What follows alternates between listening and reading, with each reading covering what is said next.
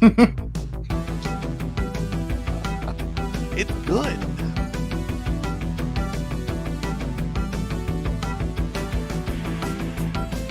Or was this one of those you were supposed to wait and you were just like, nope, I'm just gonna watch an episode or two?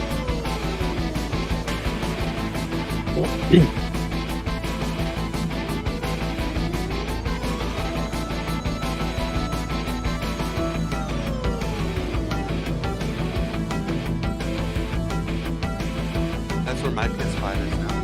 My Switch is too.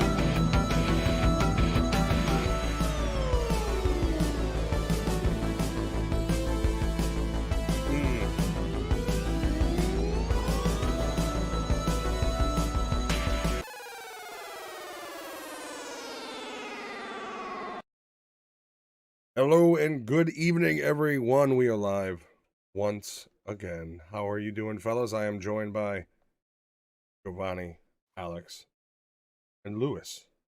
This is our Happy New Year episode, technically. That We just got banned, live ban. Happy New. Oh yeah, I was supposed to wait like 10 minutes, right? And then I think saw the problem is we kind of hit. I think I'm hoping that we're because you gotta remember we have like how many minutes of starting soon, and then there's like the intro is like 30 seconds. So I'm hoping that whole fucking buffer's enough because we do fire on all Filler. cylinders as soon as we start. Hello, Jen. Hi, Sean. It's true. This is the New Year episode, and what we did last year is each one of us chose a movie that is a bad movie, kind of technically, but we love for different reasons. We're each going to introduce our own movie and probably argue a little and bicker more than likely. But how is everybody in chat doing tonight on this Friday night? You could be out getting zooted, but you're not. You're here watching us, so thank you. Before we do start this, how was everybody's Christmas and New Year's?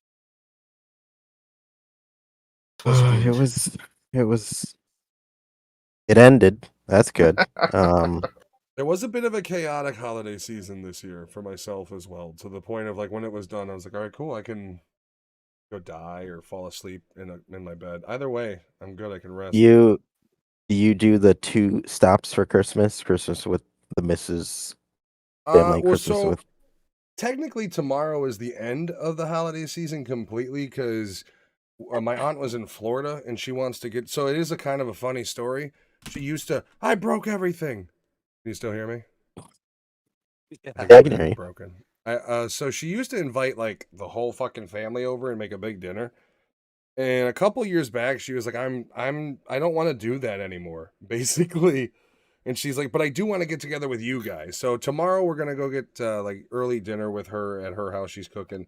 And then we're done. But yeah, Christmas Day is with her mother. And then Christmas Eve is here. And then now we have this last one.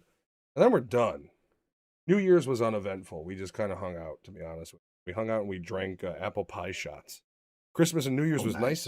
Very nice. Apple pie shots are delicious. I am in a weird mood lately. What makes one? It's like a moonshine type mix. Well, see, Moonshine brand has a really good one, but this one is we get at this company that is in Starved Rock when we go. It's always delicious. And but Moonshine's apple pie shots are really delicious too. It's just basically sugar liquor. It tastes amazing. And I've gone into a weird cycle where I used to be nothing but whiskey and bourbon, and I'm kind of fallen out of the taste for that. And I'm into like I would much rather drink like a fruity, tasty beverage at this point than whiskey for some reason, which I'll probably fall out of. They make it off one of the runoffs. What? They make it off one of the runoffs when you're making your whiskey or whatever. It's delicious. Yeah, my New Year's was quiet. We didn't really do much.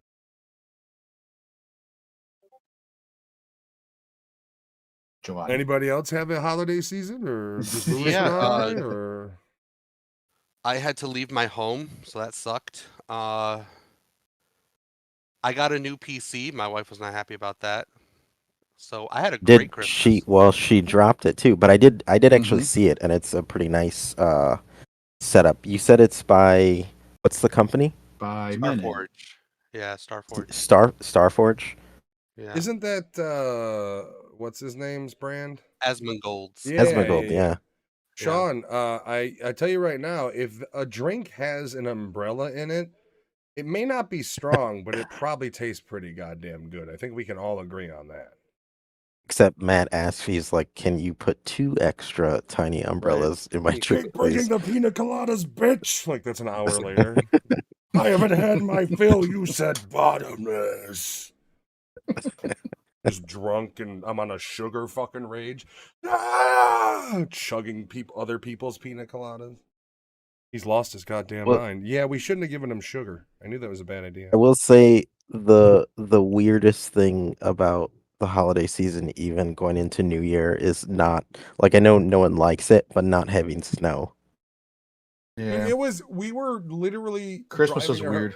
we were driving to her mom's house Christmas Day, and I'm like, so it's gray white like there's snow, but it's raining. Like it was terrible. It was just fucking gloomy, and like it's like I literally saw this poor kid by her mom's house or his mom's house or her mom's house with his mother trying to learn how to ride his bike, and it's all glue. Like no kid wants to wake up Christmas morning and be like, "Let me ride my bike in the mud." Like it's fucking sucks, Yeah. bro. It was pretty much just Silent Hill weather for Christmas and New Year's. New home and a new computer. Talk about a change for a new When- year. When Giovanni said he had to leave his house, he meant, or is that for Sean? You got a new home No, computer. he meant just having to leave his house and interact with people. Oh, Yeah, No, he in didn't have to general. move. yeah. If it was about Giovanni, yeah. Yeah, he was just talking about having to like Giovanni likes to order Starbucks and let his dog pick up the order. He's just like, you go in, they like you. He's got a harness Speaking with of- cup holders on it. Speaking of Starbucks, how many Stanley Cups did you get? Are you into My that wife white got- bitch phase? Got the whole Christmas collection. But did you get the new pink one with the Stanley Cup? Oh no, we don't buy the Stanleys. 'cause we're He's Yeti not people. a Stanleys are hashtag fucking Stanley girl. expensive. Like I understand they withstood a car fire. Pretty goddamn good product, but they're expensive. I have a Yeah, Camelback. they are pricey. Keeps They my want shit cold. $45 for that one. But Dude, is the it- does it military one was like insulate well? $60. What's that, Giovanni? The military Starbucks Stanley is $59.99. Oh wow. Jesus. Why Yeah. do you like the Starbucks cup so much? I don't. My wife does. It's the collectible aspect, probably. Does she have Plus, a like a She cabinet has set up?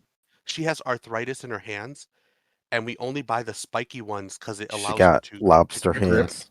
Gives yeah. grip. Jesus, I thought you were gonna go the other way, and you were gonna be like, I buy the spiky ones so it fucks her hands up even more. I thought you were gonna go like dark on like I buy it's already hard enough for her to grip, so I buy the spiky ones to make it even more difficult. Because when that thing starts to condensate, boo! Good luck holding on to that fucker, cripple fingers. I thought you were going the other route. Sorry. That's another thing. They don't suffer condensation. I love my Stanley French press. Is Stanley like a known brand that is now just getting recognition because the Stanley tumbler survived a car fire? I've never Stanley's heard of always Stanley. been huge. Stanley's Yeah, always been Stanley's- out. Been around for years. They were known for their camping thermoses, like I might have owned one. steel. I might still have. I buy a lot of thermoses, especially when every year we go camping. We go to Walmart, and camping shit is always on clearance in October. So it's like I'll take a cheap thermal cup and I'll take a this and clean up. See, but behind that's- me. Stanley the thing Light is- Yeti was the camping heavy duty thing.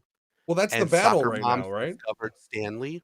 So Matt, now you're- Stanley's stepping into You're Yeah. the actual demographic of who that stuff should be marketed exactly. to, You not are. not the other people. Are you afraid that you're going to spontaneously combust? Have a Stanley. I even like how when they show the video of they pull it out of the car after the fire and it's still got ice in it. I have to admit, I was watching that going, that's a goddamn good thermal cup. Like I was more like, but they're expensive. Yeah. One of the Yetis is looks like a keg with a handle. It's about 6-7 inches high. Why would you need that much? Jen, liquid? It could be whatever you want. It just looks That's like a because he's keg. gonna remember. He used to make that. What was that fucking jungle punch or whatever it was? That was nothing Bazooka but- juice. Yeah, that's because they all used to go. They used to go on some weird like adult Stand By Me adventure, literally river rafting, drinking fucking drunken purple juice the whole fucking time. Like Pure grain alcohol with peaches. Alex used to have weird adventures where he would disappear for a weekend and just come back, and it was like no questions. Like it's like Yeah, He no, just I has mean, Vietnam memories. he's got stories of like, yeah. So then we had to get out of the water because it was nighttime. So we just kind of like slept in some dude's backyard in our boats. It's like, oh, okay. I So used to we've got. leave. Are I you used to getting leave me a in jeans and Stanley a for shirt. Okay. Valentine's Day? I guess I have no fucking choice. But I used to leave in my jeans and my shirt, and I would change once. And then I one time I even stayed in my pajamas the whole weekend. Came back with fucking mud all over the pajamas and everything, and it was great.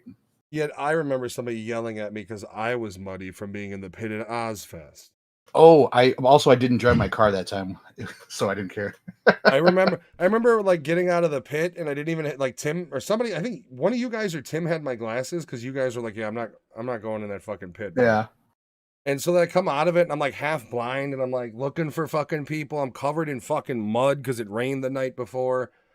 And he's like, "You need to like clean your fucking feet before you get in my car." And I'm like, And I had a bottle of water for you. And he's like, "Here you go." And I think there was a towel in there that I just like put my feet on, like the car ride home.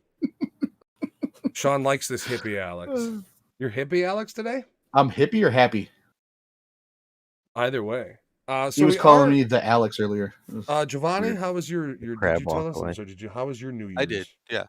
Now, Remember, Three I got a Kings- PC and I went, no, I had to go places. So that would frustrate me too. It's like it's almost last year I got the PS5, but I got it like 2 weeks before because I called GameStop and I was like, "When are you guys expecting PS5s?" And they're like, "We have like 5 of them." I'm like, "What the fuck?"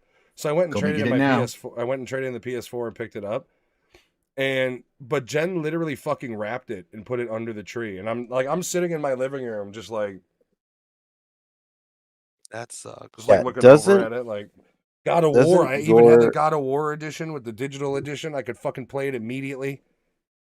Maybe Yeah. Jen can answer this, He's evil. but has she always made you wait for your gifts? Yeah. And does Yeah, anyone she else here tries to be do they have to secretive, wait too. for their gifts?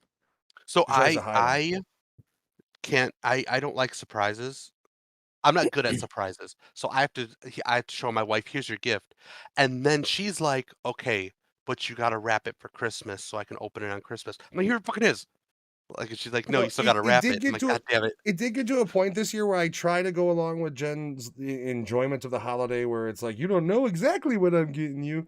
But there was a point where there was a bunch of shit that I was looking at, and I was like, all right, I'm going to show you one thing because it's kind of expensive, and you got to tell me if it's a yay or nay because there's other things. It's either this plus some of that, or that, or that only and not this. And so I was like, this is what I'm thinking. And she's like, gave me an option. I was like, all right, cool. When it comes to Christmas for me, I'm really good at surprising them, but they are awful at keeping surprises from me because somehow they make it very obvious that they're fishing for clues, and I figure it out, but I never say nothing. I just leave it like that. But If I were always you, tell them- I'd throw them off and say just something bizarre. Yeah. Yeah. Well, the one thing Jen was bummed about was she got me a diddly squat. She got me this actually. The diddly squat thermal mug. That's Jeremy Clarkson's farm. His farm I store. think the coolest thing you've got was the custom Yeah. Funko Pop. So I'm actually this weekend ordering a light box because I want to take actual nice photos. Because what I'm going to try to do is I'm going to try to, between this and the bobblehead, try my first step at animation, like stop motion animation. Okay. So that's on the docket. I'm going to order a light box this weekend, and the photos should hopefully look pretty nice. And because even if I did it in the kitchen with optimal light, with my idea was using Christmas wrapping paper, but upside down, so it's all white on the inside. But even that's gonna look ghetto as fuck. So I was like, for $30, I'll get a fucking light box. You can And make then- like a stop motion animated thing with a Funko Pop to clip in as an intro or something too. Well, I already have written in my head a conversation between the bobblehead and the Funko. I have some other ideas of how to use them as well, but I'm going to buy the light box and take professional photos of the Funko, the bobblehead. I'm going to just stuff Minnie into the fucking thing, and we're going to get more stuff for the starting soon screen and whatnot. So we are Funko here. Pop and Bobblehead are like the devil and angel on his shoulders. Yeah, in the one skit I have written in my head, they definitely get into an argument. There's a competition of brewing amongst the the Nerditude branded merchandise toys. So there's that's gonna be that's gonna play a big factor.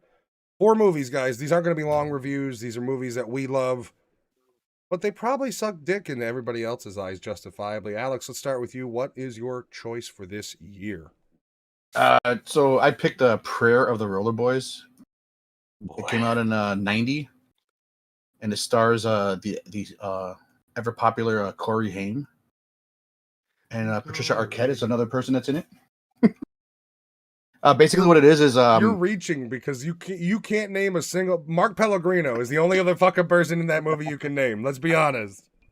Well, I know the other Gary Lee guy, but I can't remember his name. That's what I was looking for. He's the villain guy. But it's about a bunch of I guess it's like a dystopian future type deal. But it's part of these guys that want to take over the United States in a way, and they're like roller boys, and they're dragon tattoos and shit, and they're also kind of racist. Hey, roller boys! Kind of. They're a lot. They're very racist. I would like to see a crossover of them fighting the Warriors.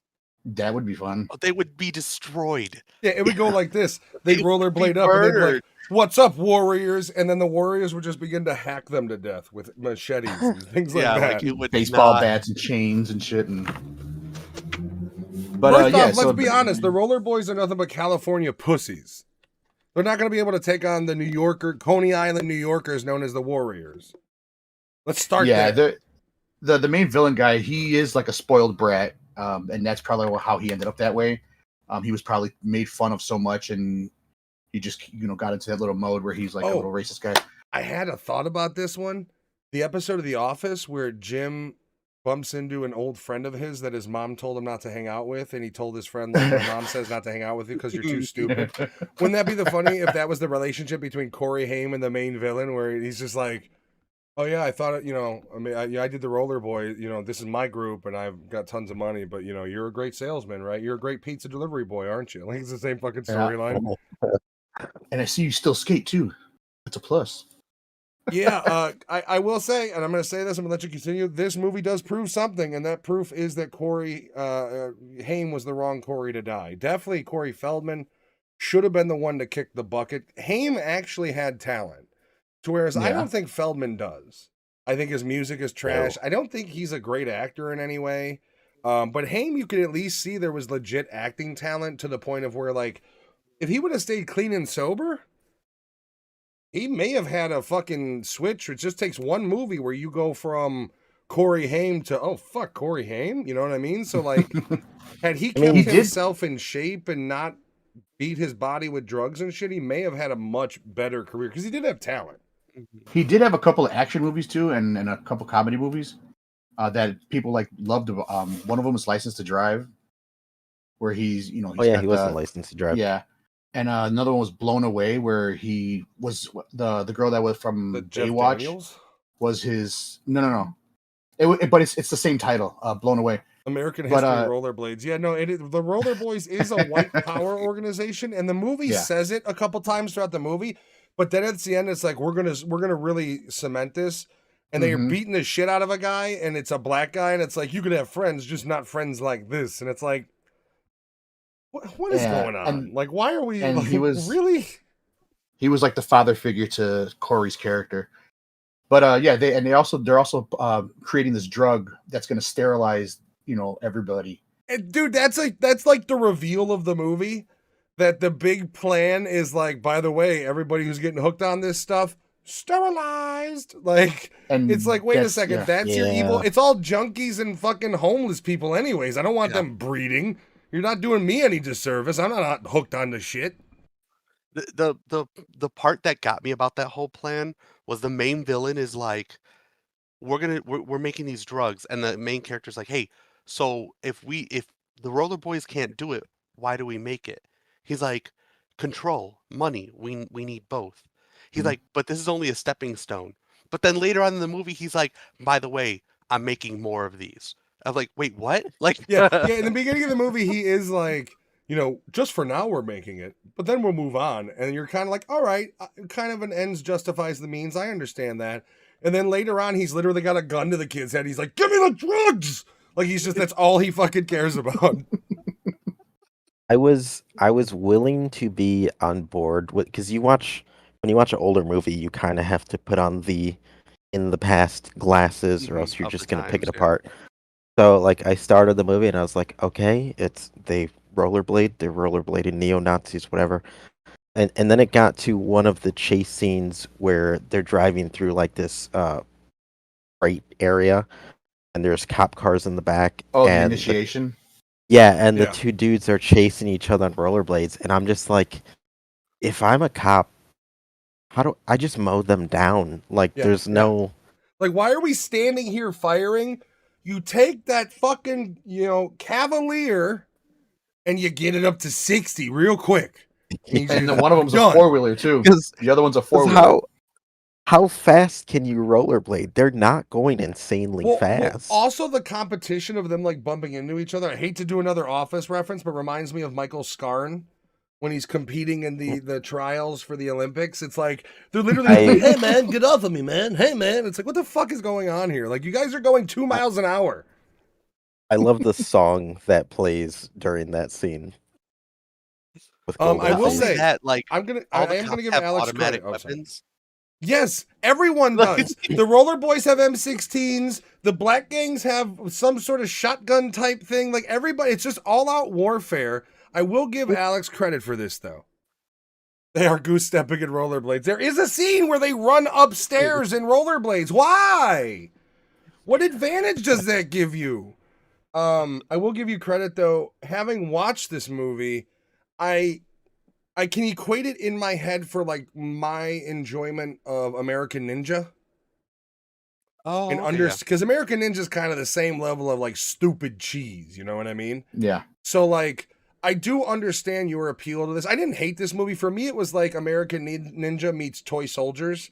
The problem was they were really like the director really wanted to get away from the 80s feel of movies, and that's why there's like the over yellow filter, because the 90s was gritty, the 80s was neon and pink, tights on women in gyms, and the 90s was gritty and gangbangers, and I think that's why you get that, because I mean you're in California though.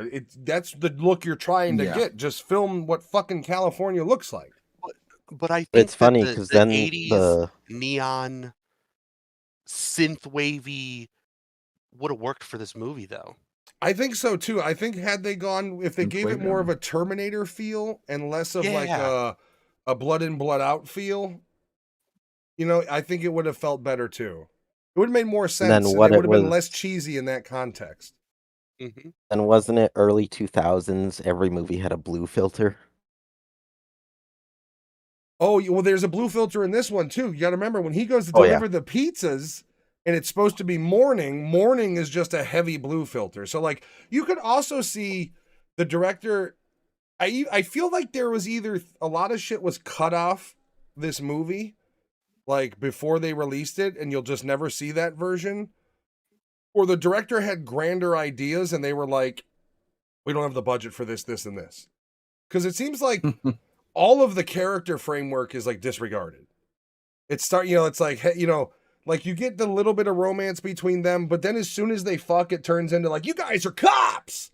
And let's talk about his death scene when the guy comes up behind him and shoots him in the head, and he's just like,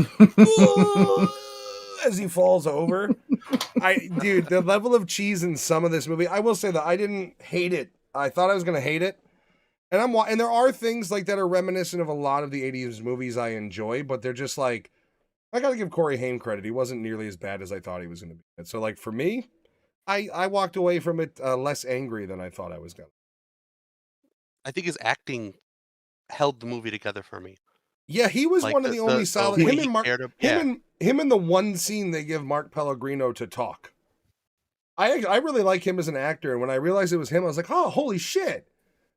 And I think the first thing I remember him from really though is Dexter, and then like you start to realize like that character actor was in a ton of shit in the background, and you just didn't fucking realize Who did it. he play in Dexter? He was Rita's ex-wife or ex-husband. The husband, yeah. Oh, The Rita's ex-husband is the ripped, tall, butch-looking motherfucker. yeah. Yeah, he's The guy- he was he was even really good back then. So like it was cool to see him and be like, oh, and then like his character is kind of my favorite character in the movie because he's kind of just like, nah, that guy was a fucking psycho, and he's like, hey, he doesn't want me drinking on the job. You're cool if I drink, right? Yeah. Then he And, like- starts dancing. He's like, what the Yeah, fuck? like he's just, it was a little. You gotta wonder if some of the interactions between Jesse and Walter in Breaking Bad were at some point influenced by that scene at all. Like, was Terrence Gilliam just like a fan of Roller Boys, and that's just like he, you know what I mean? Because in the first season of Breaking Bad, there are some interactions between Jesse and Walter that are somewhat reminiscent of the interaction between Mark Pellegrino and Corey Haim in the drug manufacturing vehicle thing concoction. All right, Alex, this was your choice. Is there anything else you'd like to say before we go into the reviews? If you're curious about how it was funded by like a lot of companies in Tokyo and JVC. Wasn't that like a big VHS company? Yeah, that makes sense Yeah. now, actually. Makes a lot of sense. And that's why they had to put them as the gun runners, as part of the story. They're like, oh no, we're going to be the gun runners. And that was also the other thing is he's like, I'd like more. And he's like, we'll see how you handle this first. And it's like, this isn't medication. Like, he's buying weapons. No, what the it's fuck like- do you think he's doing with it? He's not You- buying them to store them. And then Do they you go want steal our them money anyway. or not? But no, it's just something I grew up watching, and it's like one of those late night shows that was always on WGN or USA Network late at night, and that's all it was. It's just something that what I had to watch when I didn't have like the pay channels anymore. You could also tell that Corey Haim was not like used to interaction with females a whole lot. Like the Mhm. scenes with him and Patricia Arquette are just he's like kissing her shoulder. It's like you're out in the middle of the fucking public. What are you doing kissing her shoulder? This is getting fucking weird. Yeah, Yeah, there's a weird scene with licking fingers in that movie, Yeah, which is yeah, it gets a little creepy. Doesn't- Not gonna lie. Are we was ready? that to Arquette doing it? what's Well, up? That was Arquette.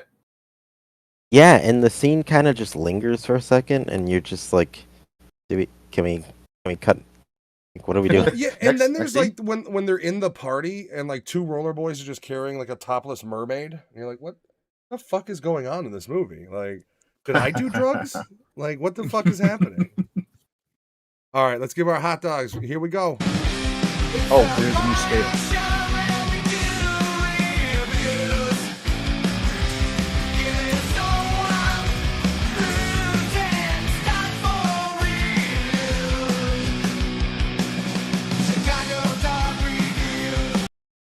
Yes, as Alex was saying, there is a new scale to the hot dog category. We're going out of 10. And I know it's basically the same thing as if you give a 7, it's a 3.5. But in our rationale, it's easier than doing a 10-point system. And it at least gives us a little wiggle room of like some movies just don't feel like a 7, but they feel like a 6. Some movies don't feel like a 3.5, but they feel like a 7. It is how it is. So we're going out of 10. I don't have the graphics made up, but I will be having graphics for that as well. You just saw our little intro there. We'll be doing that every time. Need to be sponsored by Portillo's. Oh, Sean, I gotta be honest with you. I've had Bona Beef recently, and Bona Gene and Beef is Jude's. turning me into a Bona Beef guy. Portillo's, I don't know, man. I'm going Bona Beef lately. To be honest with you, it tastes better. It tastes better. If I had to You've choose, never had- I'd also. Bona Beef, man? I not really. I've always been a Portillo's guy, and then recently I was on the way back home somewhere, and I'm like, let me get some food. We haven't eaten, and Jen's like, grab Bona Beef. It's on the way, and I was like, all right, fuck it. And I gotta say, the beef is more flavorful than Portillo's. The bread seemed fresher. Like, I was not disappointed in my beef. And like last time I had a combo at Portillo's, I didn't like the way the sausage tasted. It had a weird seasoning in it, and it ruined it for me. So yeah, dude, like. I do go to Portillo's, Sean. Believe me, go to fucking Portillo's. I'd recommend a combo. I'd try one of their salads because their salads are fucking huge and delicious. But I have Salad, discovered only 2 miles away. Go, obviously. But I've recently never had discovered Portillo's. What? you need to go. You live in the fucking city it's from. No, I've never had it. I know there's one on Addison now. They built one. Dude, they're You got to cheeseburgers do Oh, yeah, that's 2 right. Chicago dogs and order cheese fries. I will say, it's not just the beefs though. Portillo's does a really good burger, and really good Chicago dogs. Like they're like And their whole menu is fucking solid. If you And the want a chocolate cake one-way shake. ticket to losing your foot from diabetes, as Alex was saying, get a chocolate cake shake. I mean, if you don't have a problem with sugars right now, you fucking will.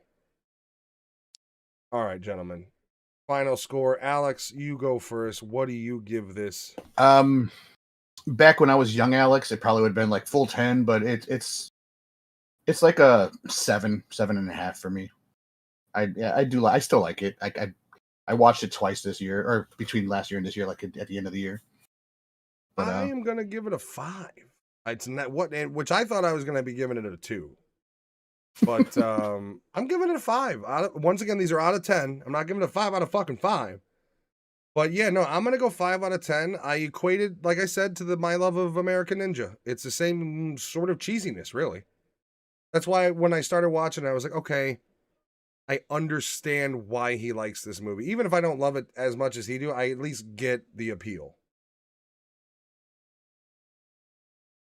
one of the brothers. So I will go, but also for clarification, in case anyone new is watching, or if you're watching in the future and all 4 of us are dead. Soon. Yep. Because it's a 10-point scale, we are rating the movie, not the movie compared to every movie in existence. No. So yeah. don't comment and be like, you guys gave Oppenheimer a 10 and this is a 7. You review Oppenheimer, like when you're reviewing Oppenheimer, you're reviewing a film. When you review Drive or Street Fighter or Prayer of the Roller Boys, you're reviewing nostalgia. And unfortunately, reviewing cinema. yeah, like I hate to go Marty Scorsese here, but Oppenheimer is cinema, and this is Marvel movies. You know what I mean? It's that sort of fucking scale. And so for me, for all 3, everyone's movies besides mine, because it's not an older movie. No, it's new, brand new, really. I can understand the appeal at the time if you're the right age. Yeah. These movies If you're all into would have been like a rollerblading, boom, you boom, have boom. a movie where rollerbladers are kind of badass, even though they got sequenced outfits and such. Also, we're not doing half scores, so it has to be solid score. So Okay. Wait, hold on. I want to change that actually. Alex gave a half score, and I like half scores on 10. Because here's the thing: I thought a 7 is a 3.5, right? But if we have the 10 and we do halves, that opens up a whole new. That's 10 more digits of review. I think the half should be allowed. Okay, fine. If you're allow gonna give a half, try to add why you gave it that much more, or why you took away a little, just to add to the conversation. I'll agree with that. Yeah. Because that's the same thing as like if we went with the 10-point system, like, Portnoy with his pizza. You kind of got to explain why it would have been a 6.8, not a 6.5. So for me, I will go with a 5.5. I, in a born tail end of the 80s, I technically grew up watching 80s movies, early 90s. That was like kind of like the happy medium I was in. And although this movie was goofy, I can understand the appeal, and I was ready to shit on this movie, but I found funny bits in it. Oh yeah, dude, I was fully ready to just be like texting Alex like, this is a piece of shit. And I'm watching it this morning. I'm like, not bad. So I'm gonna give it the extra half. I'm gonna give it a 5.5 because I think even if you've never seen this movie or you're not a 90s or 80s kid, you can watch this as just like looking through a telescope of how janky and bizarre movies were back then. So I'm gonna go 5.5. I'm gonna go the same, 5.5. That extra half is for the strangeness of the movie. When it landed the strangeness really well, and it would be like if you took Terminator and threw rollerblades in there as just. It reminded me a little bit of You Van know what I Damme's mean? Cyborg. You remember Cyborg with Van Damme? Yes. It had that sort of vibe to Yes. it too. Yeah. Yes, it had that energy, and I think I was telling before we recorded, before you got on, Matt, I was telling Alex and Anthony, like, dude, if you took this movie and you changed a couple of pieces of it, it's Jet Set Radio. That's what it is. Yeah, a little Like, bit, yeah. it literally, that's what it is. Like, Instead of and drugs, I they're like doing graffiti. yeah, Yeah. I like this is sci-fi enough for me, or not sci-fi. Yeah, I would consider it sci-fi. It's sci-fi enough for me. Um, the concept was really interesting. There's just rollerblades in it. Like that's just a main kick to it. Like you Yeah. know what I mean? Like In the it's like post-apocalyptic if you future, have it's a yeah, easier to get a if you have rollerblade a than gas. if you have a post-apocalyptic future where they have to make strange deliveries on, big wheels, it would just be big wheel thrown in there. Like, you know Yeah. what I We mean? don't Like it's need like battle armored trucks. We need fucking rollerblades. The power of your feet. Yeah. but If I you're I not nearly as nimble as when you're on a good set of blades. I was in the same vein, Alex. I was ready to tear this movie apart, and by the end, I'm like, "Shit, I enjoyed it. Yeah, son of a Damn it!" bitch, I didn't hate it at all. Like I was like there wasn't even really any parts where I'm like, I'm gonna fast forward through. Like there was enough like the weird love scenes were probably the worst part because of how awkward Corey Haim was kissing a woman. Yeah. It was like you could see he's just like, all right, buddy, you're kissing the shoulder. That's gotta be that must have been like a real go-to thing he did in real life. Because in two of the sex scenes that they almost had, he kissed her shoulder. I was just sitting there like, I'm Nice. learning too much about how he fucks in real life here. It's just All weird. right. Go on. Were you gonna say something? I said how he used to, because Yeah, he's no longer dead here. now. Moving He on. did.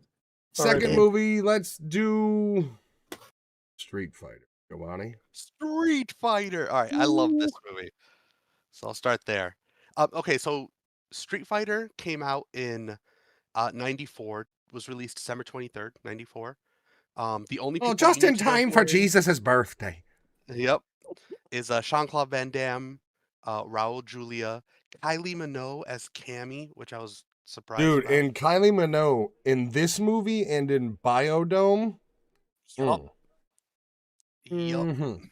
You could see why he had an affair with her on set. Yup. Yeah, a very bad affair. He was also doing loads of cocaine during the film. She was also in Doctor Who, Kylie Minogue. Was she He really? was. Yep. Yep. Ming Na Wen, and that's it. Everyone else who gives a shit about. Oh Like- no, there's one more. One of the hitman guys. He was actually in Gross Point Blank. He was the hitman. Really? Benny, what's his name? Yeah, Benny Benny Urquhart. Alvarez. Yeah, he's got, yeah. He was Benny in. Urquhart. I can't say his name, but it Yeah, starts with a he's- U-R-G. Also, Zangief later on went on to play. Butterfingers from Hudson Hawk. No, With, the guy who Danny plays Aiello? Zangief was the football player who also did Michael Myers, I think, at a certain point, or one of those characters too. Might But have he been was also in Jason a- in some of the movies. I can't remember. He was I also in a remember movie him with and Jason. Yes. with Bruce Willis. That's the Hudson The Hawk guy one. who plays E Honda, I remember him. Peter. I remember him in a couple of other movies. And Yeah. Rand, who plays Balrog, I remember him in a couple of The action movies. white guy was in like I wanted to say Blood In Blood Out, Yes, right? Yes, he was. the one that Ken, loses his sorry. foot. Ken. You know the white So- cholo from Blood In Blood Out? Yeah.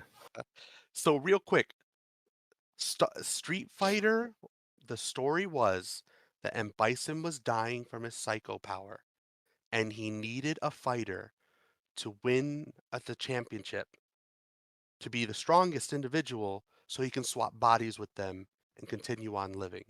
It was Ryu, because Ryu had the evil power in him, and he's like, I want that. So he became obsessed with Ryu. This movie, however, I was gonna say that's not this Ancient movie story. yeah. This movie painted M. Bison as a dictator who wanted his own city, held people ransom, and Jean-Claude Van Damme as Blonde Guile came in to save the day. That's what this movie is about.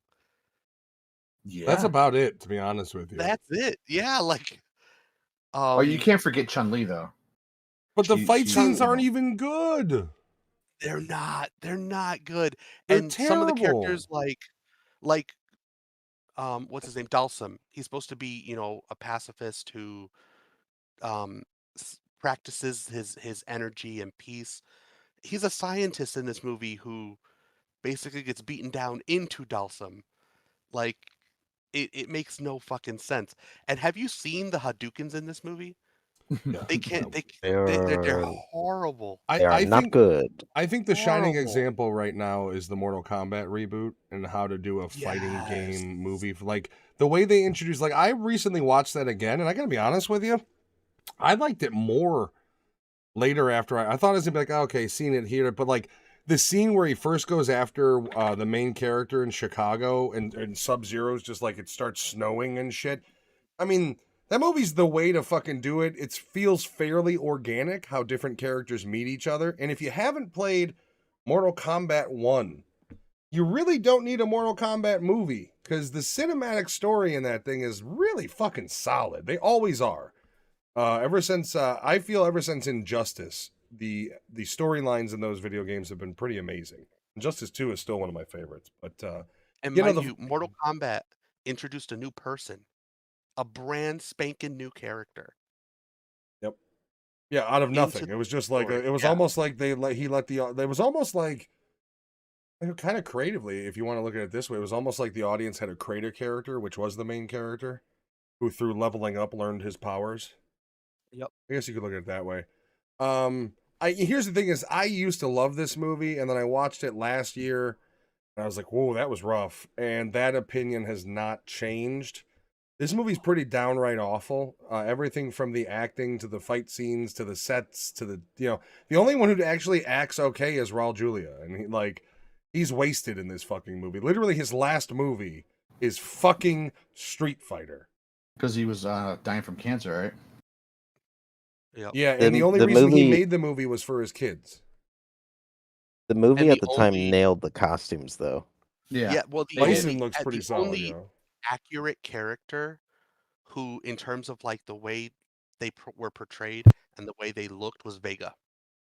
Vega, Played and by I will Jake. say, oh fuck, the kickboxer. Oh, Saget. Saget, he was somewhat accurately portrayed. Like Saget was a businessman that kind of worked with Bison as like a hey, he pays me pretty well. So like was they just- nailed him his- okay. His actor just wasn't as tall, but yeah, he did a phenomenal job. Blanca Yeah. is a travesty in this Oh my movie. god. Yeah, he's horrible. He doesn't even look right. I was He muted, looks sorry. like they Let's- tried to inject something in his face and he swelled. Yeah, he So looks bad. he looks so stupid, and the reason and the whole experimenting on humans to make super soldier storyline, I could buy that if they did it okay, but it's just so fucking cheesy and stupid. So I I think that's was the frustrating part too, because it's been done so many times before. Yeah, Like, they could. I mean, should Universal nail it. Soldier. They could have just ripped that off. I mean, that's another fucking Van Damme vehicle. The was looking up- the Blanca that they did, it was like they were trying to make a Cro-Mag with the eyebrows. Yeah, It was what was the insurance company with the caveman? It was one of those commercials. Lewis, you've been trying to say something. Oh no, so I was looking up the two brothers who did Talk to Me, and they're YouTubers who are known for fight choreography stuff. They got the rights to do a new Street Fighter movie from Legendary. Okay. See, as long as it's So- like organic, like if you're gonna set it in Asia, right? Then have it either be they're all coming to a tournament, or Guile is there on either business or on leave, and he can, that's how you tag along Tammy. Like the big problem with any movie, any fight game that gets turned into a movie is the characters meeting is never organic. It's always like yeah, a it's just character's kind of like yeah, like a character's walking and then the other character pops out of a corner fight scene. Like Mortal Kombat at least made sense. Like there was this whole thing where they were training and then they kind of breached the worlds. But other than that, it made, Sub-Zero fighting Jax is a completely organic. Jax is trying to protect the main character. It got in Sub-Zero's way. Like I appreciated that. This movie is just like, hey, Chun-Li's a reporter and she's got dirt on him, and then she's doing this, but then Guile's this, and Guile just had no place in this movie. He's just like, I'm going to ram it up their ass. Like that was his whole fucking, you know what I mean? even the old Mortal Kombat movie, the characters meeting made sense. Yeah. Shang Tsung in that movie was, this is the tournament. We have these many days to do it. You come here, you fight. Like he was pacing that movie. But the introductions of the characters in the original Mortal, Johnny Cage filming his fight scene. You've got Liu Kang with his brother's PTSD. You know, you only get a very little bit of the girl. What's her face? Sonya? Sonya, not Sonya. Cammy? Because you don't no, see wait. Sonya until she's That one. on the boat. But then there's well, no, that's not true. You get that nightclub scene where she's hunting Kano. The nightclub. I think you're thinking of Katana. Yeah, well, Katana's just kind of explained as like she's one of the daughters. You know what I mean? Like it's Yeah, like, Dad, that's I'm it. angry. Let me fight too. But you know. I was always game wise a Mortal Kombat kid growing up and not Street Fighter. In the Street Fighter games, is it a sense of a tournament or it's just No, random street fights? It's I mean the way the original ones didn't have a storyline, so it was just kind of like a tournament of fighters, but it was never like you're fighting towards a goal. Bison was the bad guy. He was kind of your final boss, but you were just traveling the world fighting different fighters essentially. Yeah, it was just the like canonical and it was all story street fighting champion. of Bison dying didn't start till like I think Street Fighter 3. Fuck, And the I don't first think Street major Fighter, wasn't it storylines just in Ken Street versus in Street Ryu? Fighter games didn't start until number 3. Mm-hmm. The first Street Fighter, wasn't it just Ken versus Ryu? And it was like sticks? Oh, the first one, yeah. When you're talking the original, yeah, that was like an old NES game that nobody gives a fuck about. But Street Fighter 2, that's a different story. I mean, hell, there's been like how many different versions of Street Fighter 2? There's Hyper Edition, Hyper Extended, Alpha Hyper, Extends Moose Knuckle, everything. Yeah.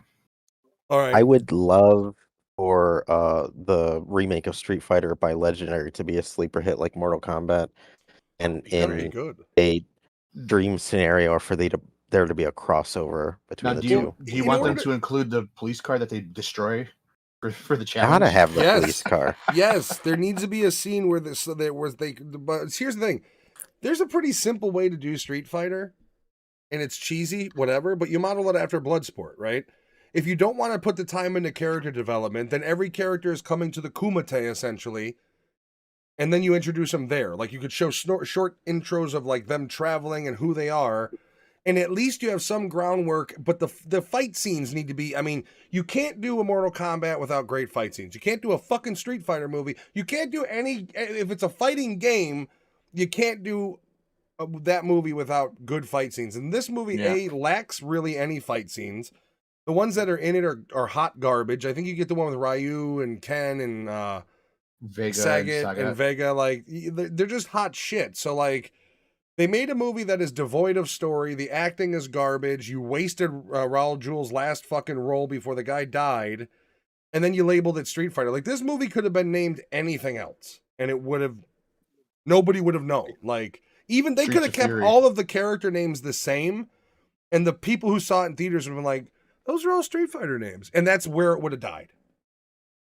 Like, so for this to be the official, and like, the Street Fighter, the movie game was better than the movie. It at least had good fighting mechanics for the most part. Are we ready to give this thing the hot dogs? Oh yeah, Sure. Well, you know what that means, don't you? I do it every time.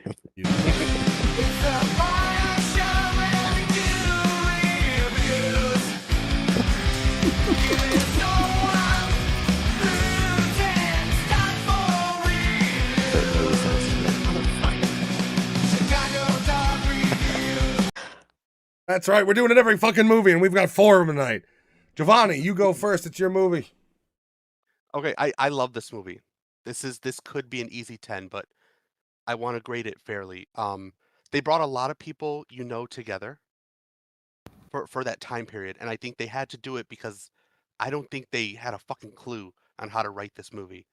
Like Matt said, it's not a Street Fighter movie. You can slap any old character in here, and what they did was they used the IP and came up with a convoluted story. They were just So like, let's this, give for these me- different nobody characters names of Street Fighter characters, and that's your cast.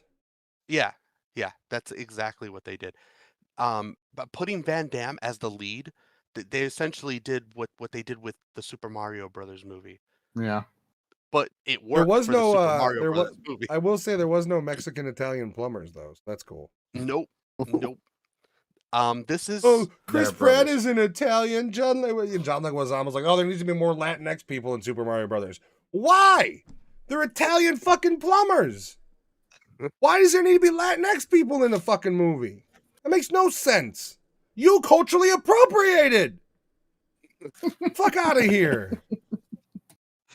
I hate that he uses Latinx. Dude, I how fucking hate it. how is John Leguizamo the man who made The Pest, which has more Asian face in it than any other fucking movie I've ever seen? How is he the Latinx movement guy? How is he taking up that fucking mantle? Like, are you kidding me? Yeah, I don't know. This is a 3.5 for me. 3.5 out of 10. That was weird. I thought you were gonna go higher because you started with "I love this movie," and Yeah. then you're like, I "Yeah, do like, but I 3.5." want to grade it like realistically. It's a bad movie. The story makes no fucking sense. If you were a fan at the time going into here, you were only excited because you saw the characters you loved on screen. That was it. And Kylie was in it when she And was if you hot. like, That's it. Like if you're a kid, it's Stop. one thing, but then you get older and you realize, oh, this is just a bad movie with like characters I it love. is. It's Mine is and easy. it doesn't give you the same seeing your favorite characters. It's not like seeing Mortal Kombat for the first time.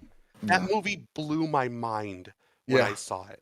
yeah. Like, I have to agree. There was something magical about Mortal Kombat the original. For me, this is a 4. Yes, I'm rating it under Prayer of the Roller Boys because I'm going to tell you right now, watching this and watching that movie, boy, did I want to give up on this one a lot fucking more than I did Prayer of the Roller. I'm halfway through this one. I'm like, I shouldn't be hitting my 10-second button ahead this fucking much. So yeah, no, this is a 4. I'm believe it or not, Street Fighter. I can't even say I love this movie anymore. I did love this movie when I was younger. I loved it. I defended it, and I can't do that anymore. It's garbage. It's hot fucking trash. The only thing that's good about this movie is the stories of Van Damme coked out fucking Kylie Minogue that came from it. Other than that, it just scrapped the whole fucking project. Poor Bison had to die and leave this pile of shit behind. Feel bad for him. Oh, Go watch Adam's oh, Family. this Much better movie. came out before Mortal Kombat too. That's interesting. I didn't know that by a year. oh wow. The creators of Um, Mortal Kombat watched it and they're like, let's do none of that. None of that. man, for me, uh, I'm gonna go a bit higher. This is a solid 5. A I solid 5. remember, I remember because when Giovanni and I were a lot younger, I would argue he was the more prominent gamer than me. And I remember occasionally I was just the button masher every time I got to play a fighting game. Um, but I remember when this came out, when I was young, like I was so struck with the costume design because even at the time it just looked silly. Like you you get like the comic book IPs now and the fans were like, "Why would you change it?" Why is And it a this is a green series where stripe? like That's supposed to be a purple stripe. yeah, yeah, this was at a time where it's like someone probably should have changed the costumes. Um, but this kind of like Prayer of the Roller Boys for Alex was like I can day like anytime it was on, just like yeah, I'm gonna watch it. And Raul Julia, his M Bison's one of my favorite characters, and I just remember like anytime this movie was on, like I wanted to see whatever scenes he was in. Even in the one scene though, I was trying to find the quote where he talks about how much money he can make, and realistically, it's not an ungodly amount.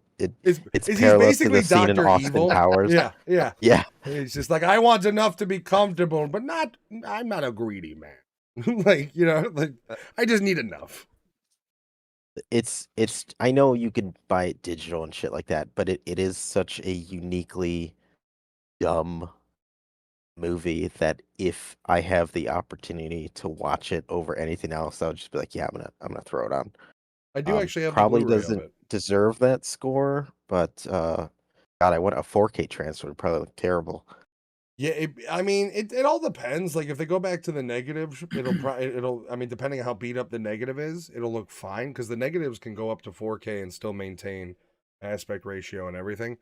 But if they just try to do a 4K transfer of whatever transfer they have, then there's really only so much you're doing. Even with AI, there's only so much you're gonna. If I had to choose one movie and the other be erased from existence, though, I'd have to choose Mortal Kombat. You just gotta go Yeah, Mortal Kombat. hands down. I mean, I would choose Mortal Kombat over probably a Street Fighter movie, even if the movie was decent. I mean, let's be real. I love the Mortal Kombat movie. Yeah. I would choose Mortal Kombat's boat scene with the black tarp and twinkling lights Yeah. over this movie. And you can see it in the movie. It's so bad. I think one of my favorite scenes in Mortal Kombat is when he's is he fighting Reptile when they do that thing where he grabs him and like pulls him and flips him, but it does the first person view where it's like Liu Yes. Kang and he's just like, "Ah!" And it's like, why do we have this shot? Like, why? This isn't needed. It's cool, but it's not needed. Alex, buddy, your input. You dropped I your lost my pen, pen. didn't you? Yep. Yep. For me, it would have been a 4, but I took half off because of Sagat's tattoo that he had. But so it's a 3.5.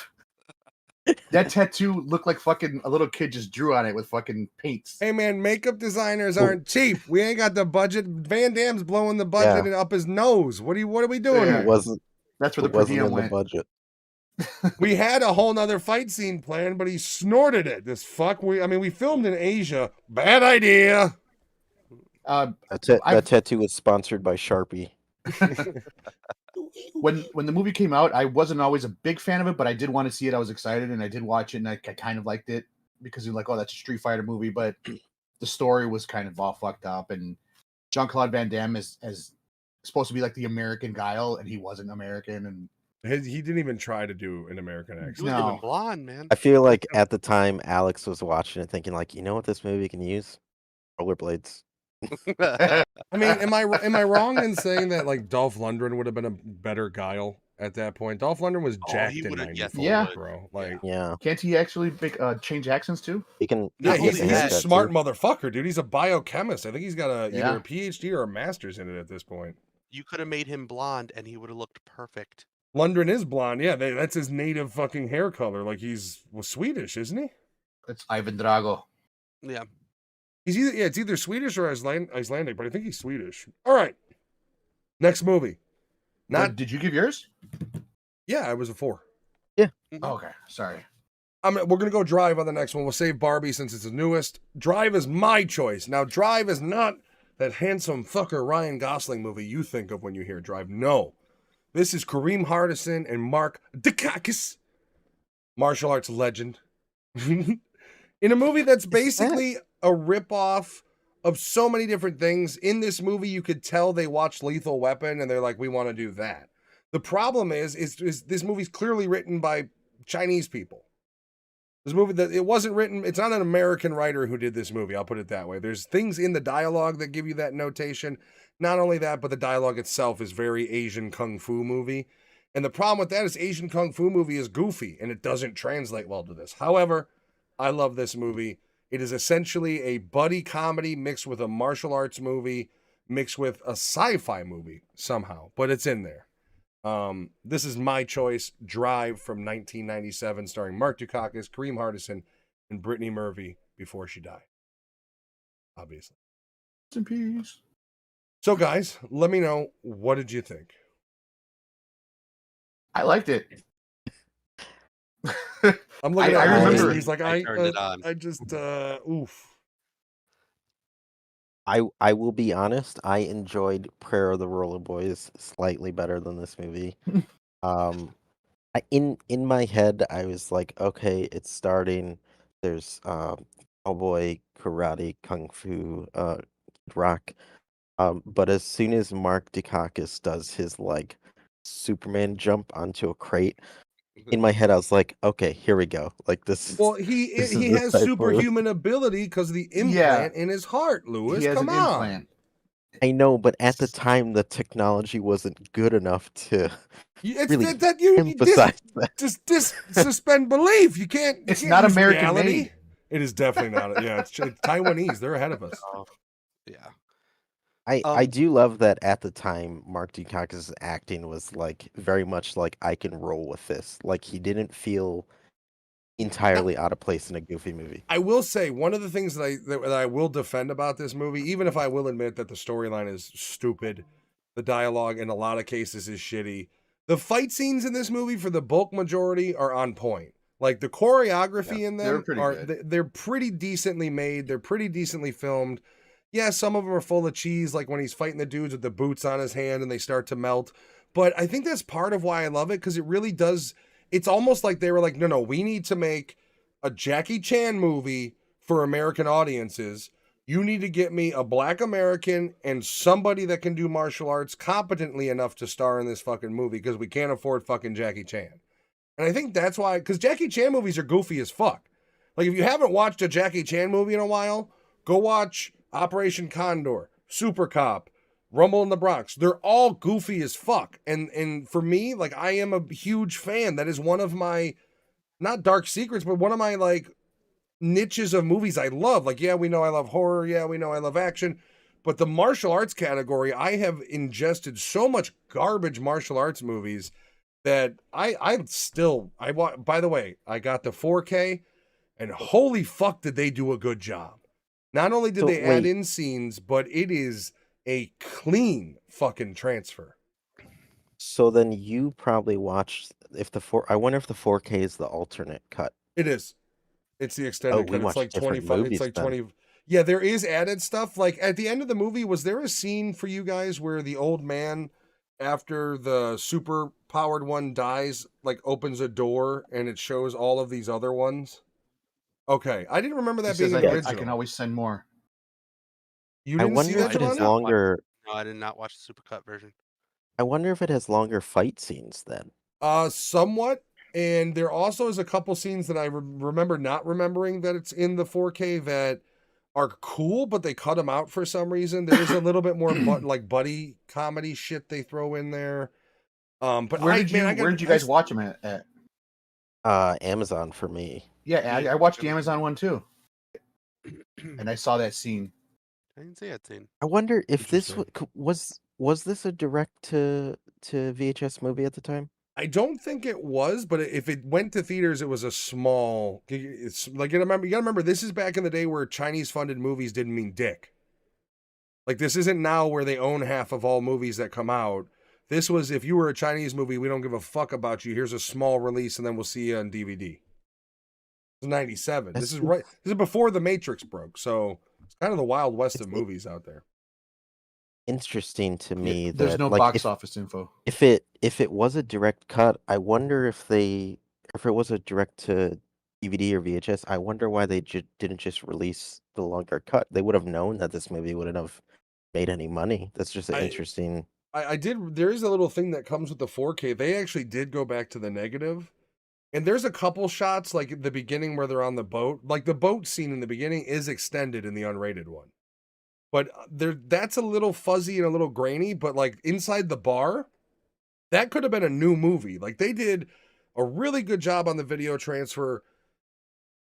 They only could do so much with the audio because I'm assuming they were up mixing a stereo track. So even though it has Yeah. Dolby Atmos, it's not fucking Dolby Atmos. It's, it's simulated 5.1. So the audio is kind of weak, but as somebody who has never been able to buy this movie, I did get it on Amazon for $5, and that was the basic 1080p transfer, upscale, whatever.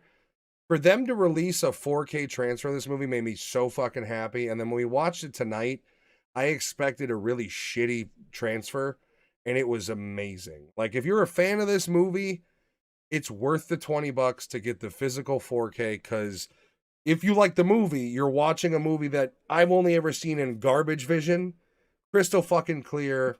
I was able to point out all the flaws. It's a really cheesy fucking movie, dude. And like, I even looked into it. The Karate Kid Rock.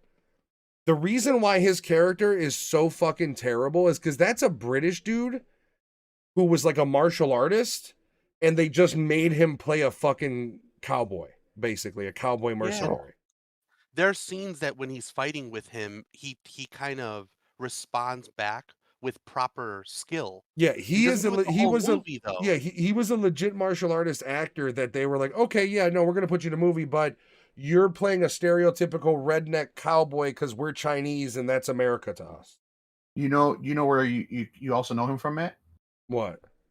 He was in like a 4 to 5 episode arc for Burn Notice. Was he really?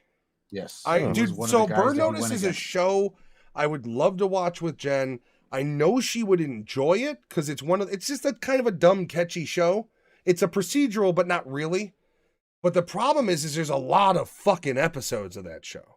They Like, throw if you- back a lot too. Like if later you seasons, start they throw that back. show, you've got like 8 episodes of like 30 episode seasons, or 8 seasons of 30 episode seasons. Like, it isn't, and they're 45 minutes apiece. Like, it's not a small Yeah. endeavor. But Burn Notice, I want to watch it again because I love that show. I really do. Nikki loved it too. If you've never watched Burn Notice, it's some of the best of Bruce Campbell too. Like, his character Sam in Burn Notice is the best character. Like, Michael after season 1 is less badass and more kind of like meh. But He's in love with Sam, Fiona. yeah, but Bruce Campbell's character is always, he's the ex-fucking Navy SEAL, ready to go to battle, but reluctant. It's always like, I don't think we should do this, Mike. And then 10 minutes later, he's got a fucking MP5 in his hand, ready to go to war. It's like that sort of character. Yeah. Yeah, but it's huge, isn't it? Like, it's a really long show, and I would love to watch it with Jen, but we've got Mad Men on the docket. I want to watch the 2 seasons of Reacher that are available. I did watch an interview with the guy from Reacher, and he was like talking about how, like, for the first season, I was 210 pounds and I built 35 pounds of muscle. And he's like, oh yeah. And he's like, but I have to say this, I did that clean. He's like, but I'm getting older. And he's like, testosterone helps. And basically said that he's been on test and it's helped him a lot. And he takes it basically to maintain his body. And he was open and was just like, 240 pounds is a lot of weight for my frame to be thrown around, and I feel it. So to kind of help my body and help me not have to push my body so hard. And here's the thing, you're an actor. You're not a fucking football player. Take all the fucking steroids you want. I don't care. Unlike the Rock, who does not take anything. Who's don't also even- back to wrestling. I don't even care about 100% his clean. steroid usage that he doesn't agree to.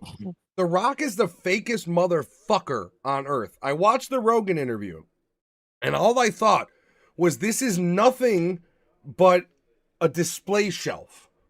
He gave no real opinion when they brought it up to Ukraine and Russia, and then they talked about Palestine and Israel. His response was like, basically like, why can't we all get along, man? Like, he had no fucking actual opinion at all. Basically, his sponsors told him, you could say, they're feeding a fucking thing in his ear going, you can talk about this, say this. He's basically a commentator from WWE, and Vince McMahon is screaming in his ear what to fucking say. He's too afraid to tarnish. No, He's got too a much political business on the line. pawn. He's a political pawn. They're trying to get him into I think politics. he's too afraid. Because that And they wanna interview, keep I felt him- like Oh, if he gave his honest opinion, he would be fucked. Did he I- give I- a no single? matter- Did he give anything in that interview that made you go, "Oh, The Rock's a real person"? No, I watch that and I go, "Oh, Joe Rogan is interviewing a product. He's not interviewing a person." I hate it. Whenever- I'm so pissed off. Whenever they have total candid answers. videos of him meeting people, it's always him promoting his character, not him saying, "Hey, let me do this for you." Blah blah blah. Well, Moist Critical did a video on him where apparently he has several times faked like he has never had In-N-Out Burger. Like, he's posted it on Instagram, like, my first time getting In-N-Out Burger, and then he just posted a new video of, like, first time going through the drive-thru and In-N-Out. And then, of course, in the video where he's like, yeah, I'm going to try In-N-Out Burger, and I'm pairing it with my tequila. Like, by the way, he's probably a fucking drunk. Like, everything he does, he's, like, got his tequila in the fucking video, which I just Yeah. translates to he's just walking around his house when he's not working out fucking drinking tequila. I like to think of him as his buddy Kevin Hart. They're walking advertisements. Did you see Cat Williams' interview on Shannon Douglas's show? I didn't get all of it, but I heard some I of keep it. seeing bits and pieces, and I want to watch the whole thing now. It makes me, I've always liked Cat Williams, but it makes me fucking love Cat Williams. There, he said Well, something about, hopefully he goes, no, he's like, I love Friday. He's like, you can't have Chris Tucker on Friday though. And he's like, why not? And he's like, well, you could, but now it's Epstein Island Chris Tucker. They own him. And I was like, motherfucker, like, oof. This is on like millions of people are seeing this. You're gonna die. They're gonna fucking kill you. Like, go home and Yeah, don't he's- fucking leave. Yeah, if a lot of what he says is true, he might be accidentally unplugged. I He mean, might you be have to threatened. imagine if anything he's saying is true, then all of it's true, right? Like if one thing is true, then most of it's probably true. And if that's the case, you know how many guns he has pointed to his fucking head right now? Like I haven't watched the whole thing, but I don't know. I really like Cat Williams, even if I find him to be a bit kooky. But he was the one on the radio talking about Dave Chappelle, how they fucked Dave Chappelle, and Dave Chappelle said, "You're making $500 million off of my show.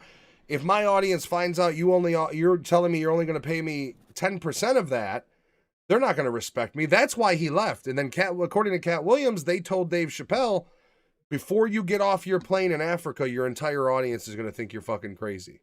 And sure enough, that was all you heard about was Dave Chappelle's gone. He's checked himself into a mental hospital in Africa. I don't know, man. Like that's the thing. And then he also got Shannon Sharpe good, because Shannon Sharpe's like, we're gonna have to not let Cat drink again on the show. And he's like, the alcohol ain't pushing me. He's like, I've had less than you had. And he's like, I don't need stimulant for the truth. And he takes a sip. I was like, fuck, dude. Like, everybody idolizes Snoop Dogg. I think we need to be looking at Cat Williams. I smoke weed. I don't give a fuck. I ain't Snoop. I didn't sell out. I ain't playing the Super Bowl. I love Cat Williams. I'm going to go watch his fucking American Hustle special. All his specials are gold. Dude, Chappelle has a new one too.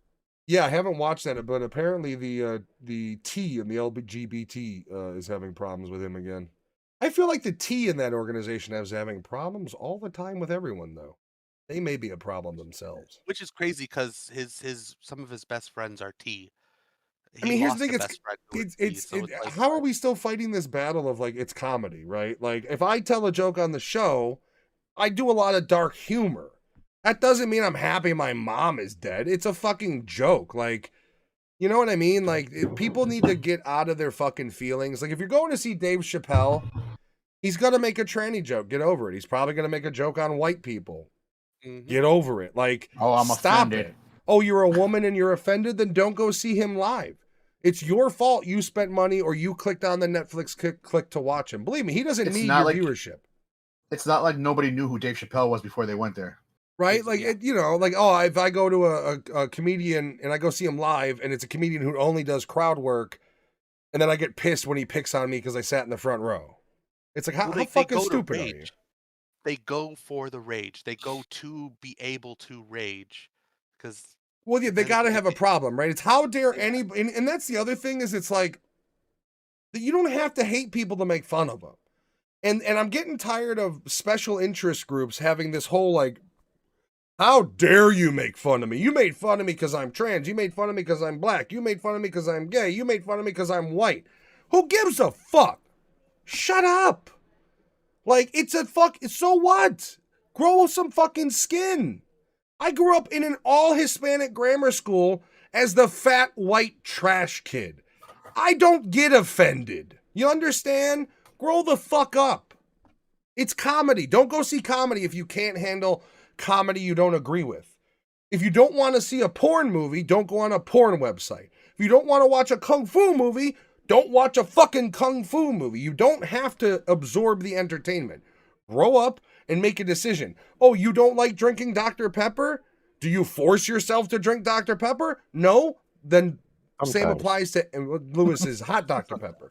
When Lewis is sick, he likes to boil Dr. Pepper and just chug it straight out of the Did you know that it was supposed to be a hot drink and a cold drink? I know that from Blast from the Past. I just don't know any psychopath crazy enough to go, what you drinking? Hot Dr. Pepper. Like if I walked into your home and I think you have a mug of coffee and you tell me it's hot Dr. Pepper, I am flipping it on the fucking ground. Just back on his head. Oh, was that your world's greatest father mug? Shouldn't have had hot Dr. Pepper in it. Sorry. All right, back to Drive. You guys give me I love this movie, and I'm going to be honest with you. I'm going to give it a higher score than I was planning to after watching the 4K cut, because I still don't feel it deserves, in my opinion, a crazy low score. Like, I admit it's got a lot of issues and it's cheesy as fuck, but in my head, I am comparing it to Jackie Chan movies. And while it is not as good as a Jackie Chan movie, everything about this is basically they were like, we want Jackie Chan meets Lethal Weapon, and then the Chinese writers started writing it, but they're Chinese writers, so none of it feels American. See, but The that's where I draw the using the same comparison, I feel it lacks. 'Cause, like, I was Oh yeah. spoiled with Jackie Chan, knowing that the way Jackie Chan did his stunts, knowing the way the choreography went. I feel like the martial arts actor, I feel the movies he's been in, he's been shorted.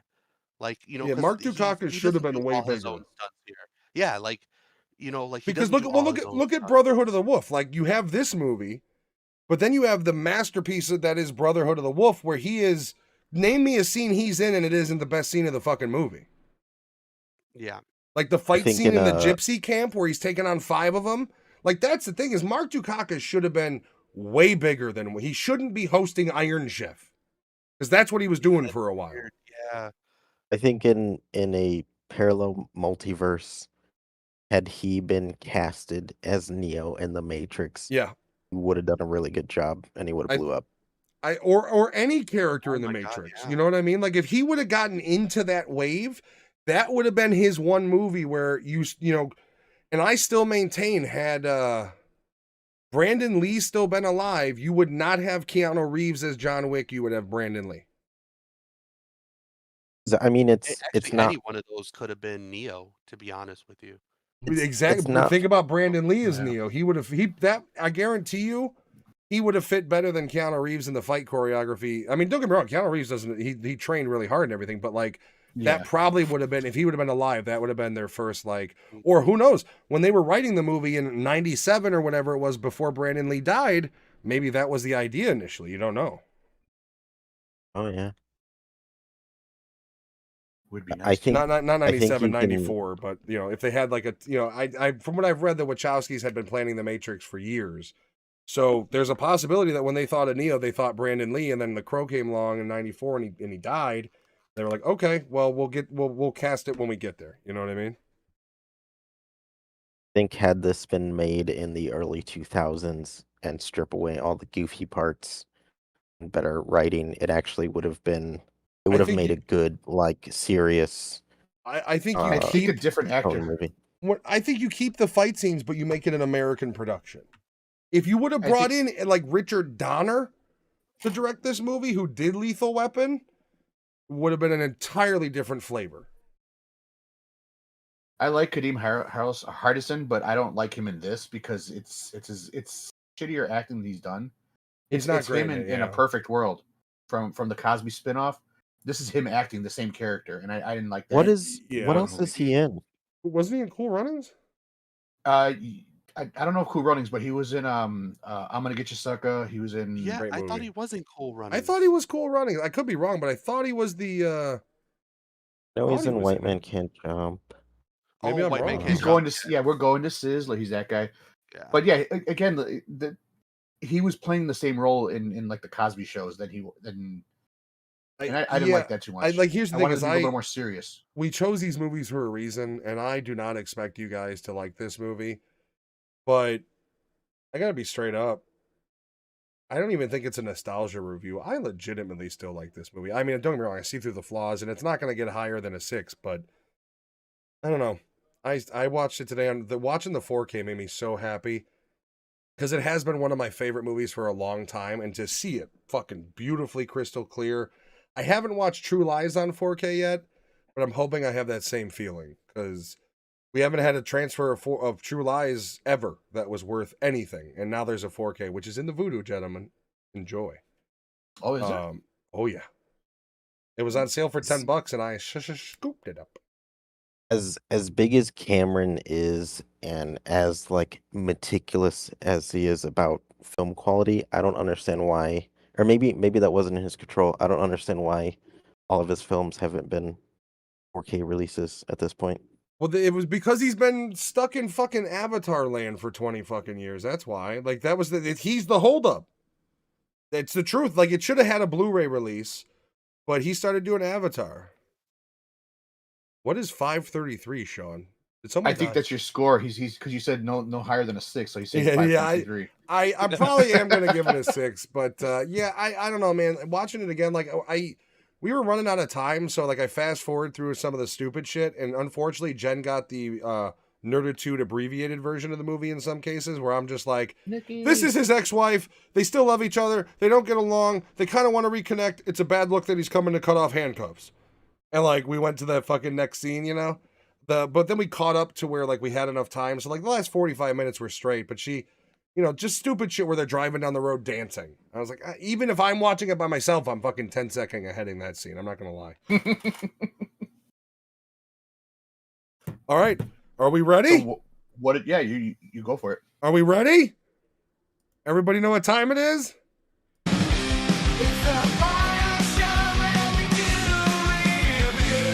Some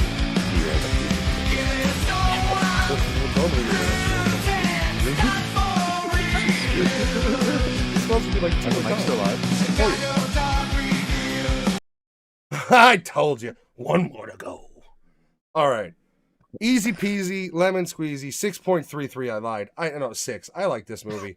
I know it's a little weird giving it a 6, and it probably doesn't deserve a 6, and it probably is nostalgia glasses, but I watched it today and still really enjoyed it. There's lots of flaws in it. There really are. But I could sit down and watch this again and enjoy it. Just 10 seconds ahead of like all the Brittany Murphy scenes. But yeah, 6 for me. I'll go next. Six. I'm gonna agree with you, Matt. It's a 6. I would have said 7 though. Had Kadeem Harrelson been a little more serious, and I even like Brittany Murphy's character because she's fucking loopy. Yeah, she wasn't bad actually in it. She was kind of funny. And like Jen's like, wait, was this before or after Clueless? And I was like, I don't fucking know. She wasn't bad. She was a creep when he was in the bed. Yeah, I know, Yeah. but she plays a good creep. 'Cause Wiener that's- O'Clock. Her name is Deliverance. Her name is Deliverance. She's supposed to be fucking creepy. Sounds Well, like the a whole thing stripper. is, you gotta remember, the whole thing is she's basically trapped at this fucking motel that her father owns. She doesn't want to be true. there. She doesn't see. Yep. She probably only sees fat truckers.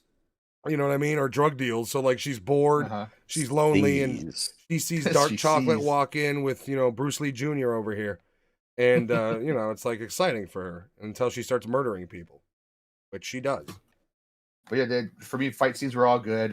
Some like it was just what'd you call him? The cowboy guy? What'd you call him? Kid Rock. Karate Kid Rock. Kung Fu Karate Kid Rock. He was good too, but they couldn't figure out how to make his character a little more menacing, or like he was just like a They were comedic. well, they paired him with that short fat guy who's supposed to be a fucking assassin. the guy and all it's fucking like, dude, yeah. you're just hillbilly trash. Like you were out back smoking meth a half hour ago. Like get the fuck out of here.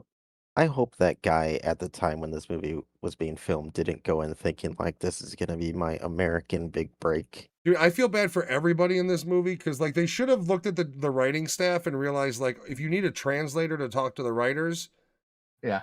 we're gonna have a problem. And I guarantee you this was Chinese written. There was not an American that even looked at this fucking script except for Kareem, and he's like, fuck it, they're paying me. One of the other things too that turned me off of it was when the Chinese actors were speaking English. It actually sounded like they were dubbed over because they had to say the lines again. They And somebody had probably to tell, were. no, say it like this. And it's like They but yeah, probably it's that kind were. of stuff.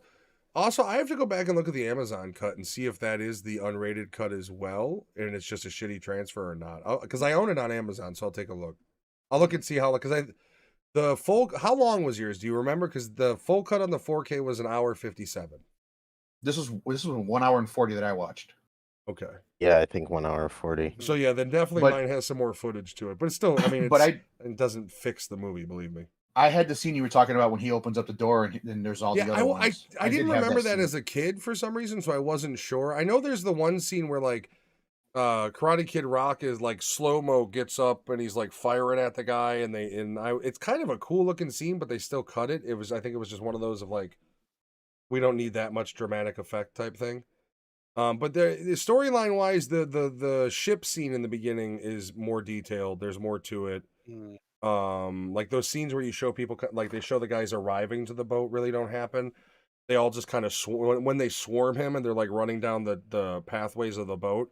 It just kind of cuts to them on that, and he's like already on the back of the one crate. But gentlemen, the brothers, what's yours? I'm gonna go with a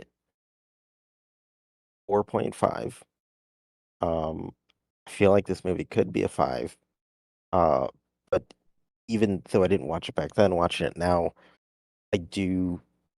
I feel like even though the movie's goofy, it had the potential. And obviously, it's not fair saying it now when it came out back then. It had the potential to be a pretty decent, like serious tone movie. With him at the time, I wouldn't say that's Then him in they his tried to make prime. Lethal Weapon out of it, and it just fails. Yeah, it's kind of like there was like a point in the writing and script where they're like, we could go this way or we could lean into it being kind of goofy, and they just went top heavy that way. I will say, like the scene in Prayer of the Roller Boys with the weird fingers, the karaoke scene, I just it felt like Cutting loose, man. an hour. It was bad. But But okay, be fair though. Right after karaoke, you're treated to like a 15-minute fight scene, and the background music, I'm pretty sure, was a song from Mortal Kombat Annihilation.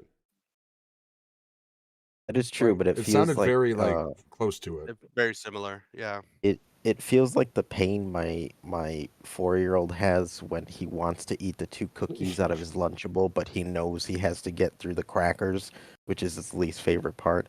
That's what that scene felt like. I know that struggle as an adult, sadly. Yeah. Giovanni? Yeah. Man, I did like the movie. I think the problem is because I knew it was at a time where Jackie Chan kind of defined martial It arts feels like a in huge movies. ripoff of Jackie Chan because you can't replicate Jackie Chan. If Yeah, Jackie Chan's yeah, not it involved in the does. production, it's not going to be a Jackie Chan movie. So this is a Yeah, very much like people in China that are doing movies were like, we need to capitalize on Jackie Chan's success, but we can't get Jackie Chan. yeah, and yeah, I agree. And that that doesn't make me angry. That makes me sadder because the martial arts actor in this movie, and even the villain, even Kid Rock, uh, Karate Kid Rock. the fact that they're both martial artists and they have the skill, and this movie kind of hindered their skill rather than really let it shine, sucks Yeah. because Jackie Chan allowed that in film, and you bring this movie along, and the two people you follow who have the skill, you don't let it shine.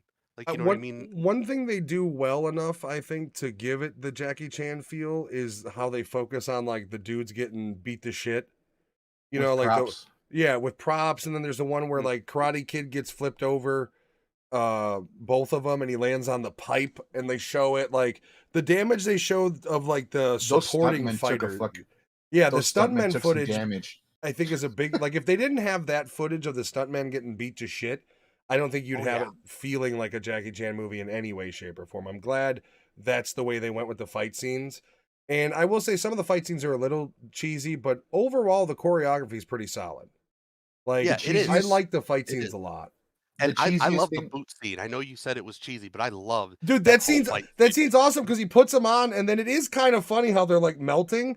But once again, to Lewis's point, if you want to go a serious martial arts action thriller, that's got to be like, oh, the one chuckle in the movie, not every Yeah. other line of stupid fucking dialogue.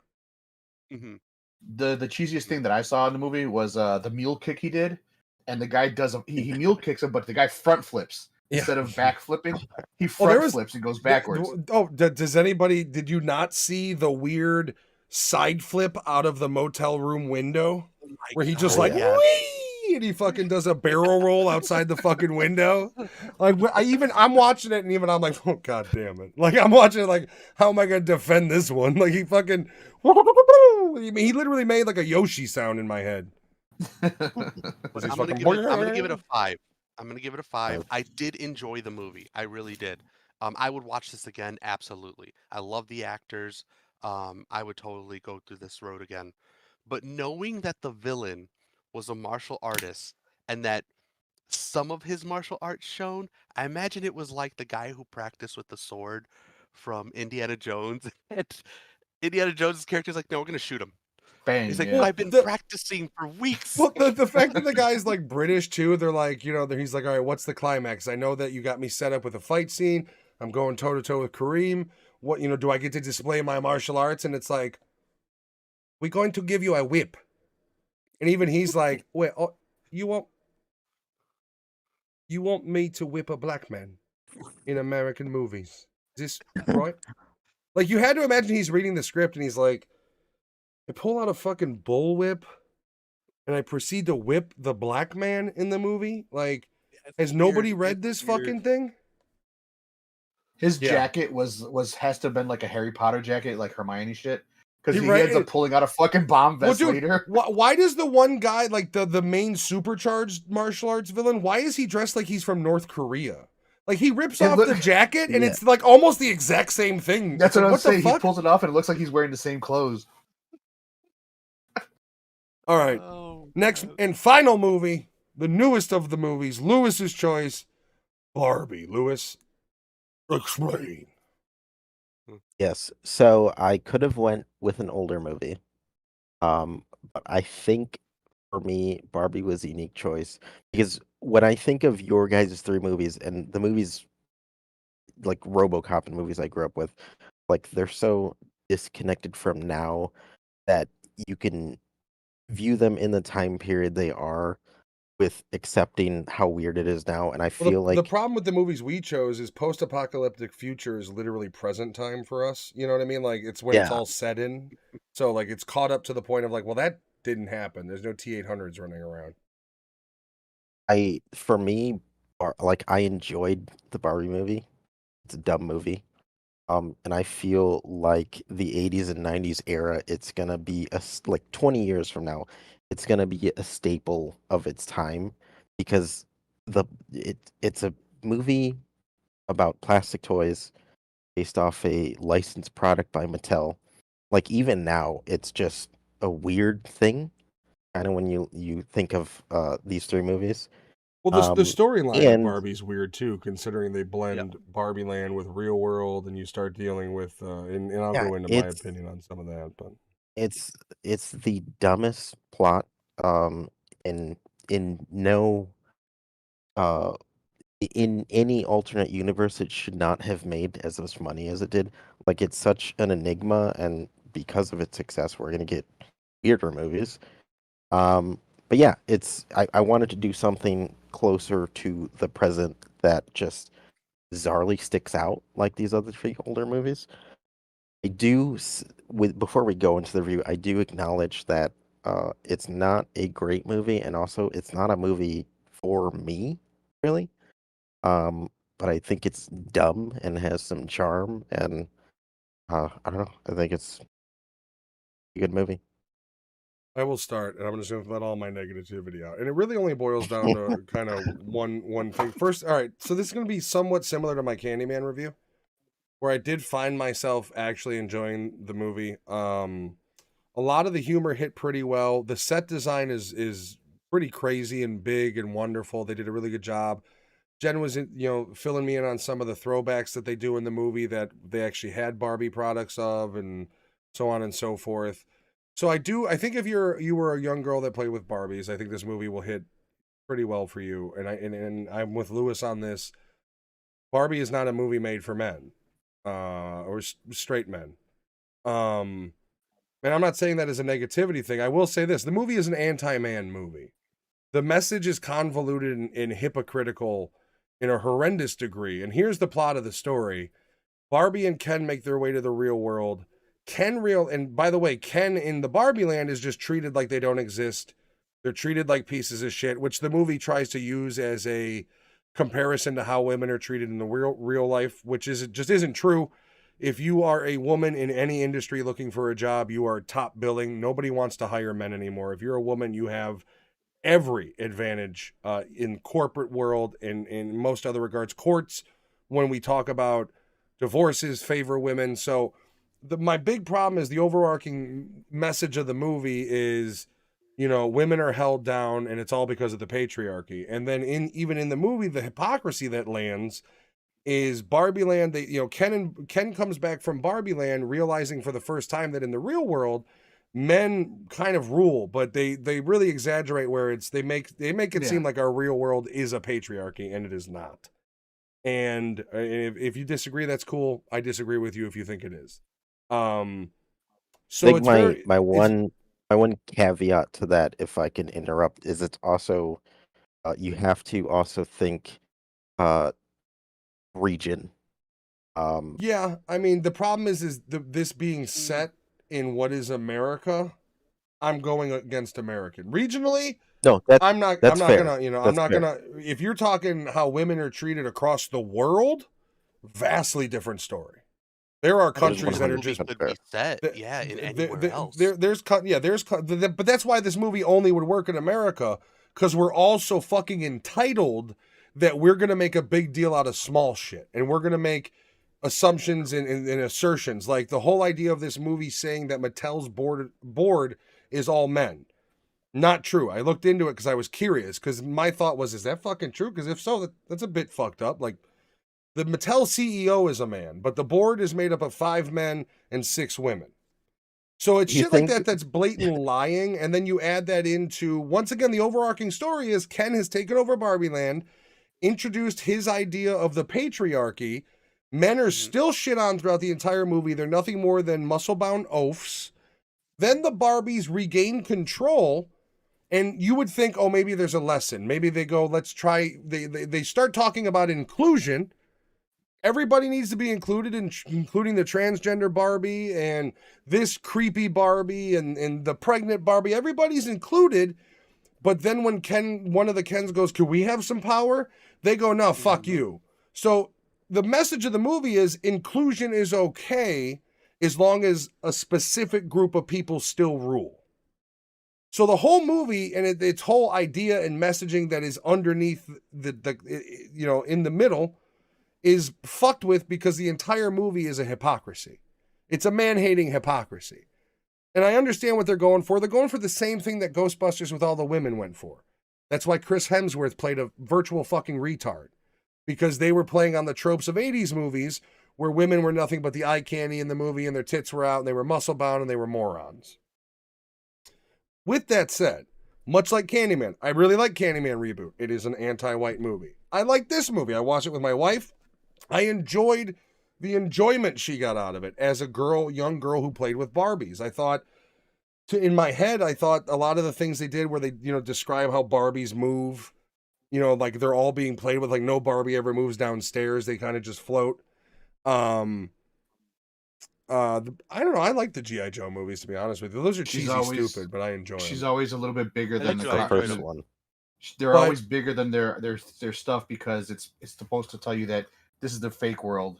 That's how they the proportions yeah, of how Barbie's tall, and it's supposed to show you that it's still fake no matter what. I mean, It's one of the weird things that they said about it. I guess my overall point of view on this one is it's not a bad movie. It's not. It definitely is made for a very specific audience, and the problem I have with that is if you did have a movie that, like Michael Bay made a movie, and the movie the whole time was nothing but men shitting on women, and at the end of the movie, the men are kind of like, maybe we shouldn't shit on women so much, and then one of the women's like, hey, can you not shit on me? And they're like, nah, fuck you, and they start shitting on him again. That's kind of what happens in this movie, and if that happened, then Michael Bay would be out of Hollywood forever. So like there is massive hypocrisy within the writing of the movie, there's massive hypocrisy within the marketing of the movie, and there's massive hypocrisy on the end of the audience watching the movie, and it's all the same hypocrisy of it's not the fact that we want equality, we want to be the ones that rule and tell you what to do. And I have a problem with that being a message that you're sending to young girls, because it's not a message of you can be anything you want. It's a message of step on men to get where you need to be. And I feel that's a little bit of a problem to be put in a movie that's this massively successful. And that's my piece For on it. I'll give my me, score when we're ready. I do agree. It is a bit ham-fisted in its tone. Um, but I mean, you got to think like we had a lot of not as ham-fisted. But you had a lot of that in like 70s and 80s movies with the opposite sex, and Yeah, but I mean, it you're also talking feels about the it. era of movies where every horror movie had a rape in it. Like that's the Wild West of movies. I know, but to me, it feels like this is like like a hard pendulum swing as opposed to that. And Well, no, hold there's on. What do you part mean by pendulum swing? Do you mean in the attitude or in filmmaking? Because it's no, no, not in a filmmaking. pendulum doesn't swing when you push it. It's on its own. That's the whole point of a pendulum. And this is to me like you got the steel balls hitting each other, and somebody is just flinging them into each other, grabbing one, and like you're forcing your like I. Here's the thing: I understand the message, and I get it. Like, there's probably a lot of young women out there that grew up being told by Barbie they could be anything they want, and they face the real world. And yeah, I mean, even in America, the real world for some women is a shit heap. Nobody gets Well, away, no, so scot free at this point. I think, sad truth. so a good comparison I can make is obvious. It's going to be a fucking horror comparison. Big Uh-oh. surprise. Is you have the 70s, 80s, even early 90s, early 2000s movies where you still have It's in every one of them. women in positions, roles that are now looked frowned upon. Yeah, And then you flash forward to basically early just tits and 2000s. victims. Yeah, you flash forward to like 2010s, and you have a movie called Black Christmas, which is a remake. And the movie gets shit on not because it's a remake, but instantly because of the tone is shifted to an all female. Like, I'm just saying, like, it becomes like pushing the boulder, and it's fine when things shift in filmmaking. I just mean it feels like this one is like an extreme, like we're going all the way to the right now. Oh yeah, and I Which is think people need to also realize like the filmmakers need to realize that they're not making a movie for everybody. You're making a movie that yeah, wives and girlfriends are forcing their husbands and boyfriends to go to. which So, is but fine. the consumer needs to realize that too, right? Like the consumer, everybody wants to cancel everything because they don't like it. And just like comedy, if you're a dude who doesn't want to be given a message you disagree with, right? Like if you hate feminism, well, the movie's not for you. You have no business watching it. And it is what it is. Like, I'm not offended by the movie. I actually didn't hate the movie. And I think everybody needs to realize that some shit's just not made for you. This movie's not made for me. I'm not made to enjoy this movie. And that's fine. Because my wife enjoyed it. She enjoyed it a hell of a lot more than I did because it's made for her to enjoy.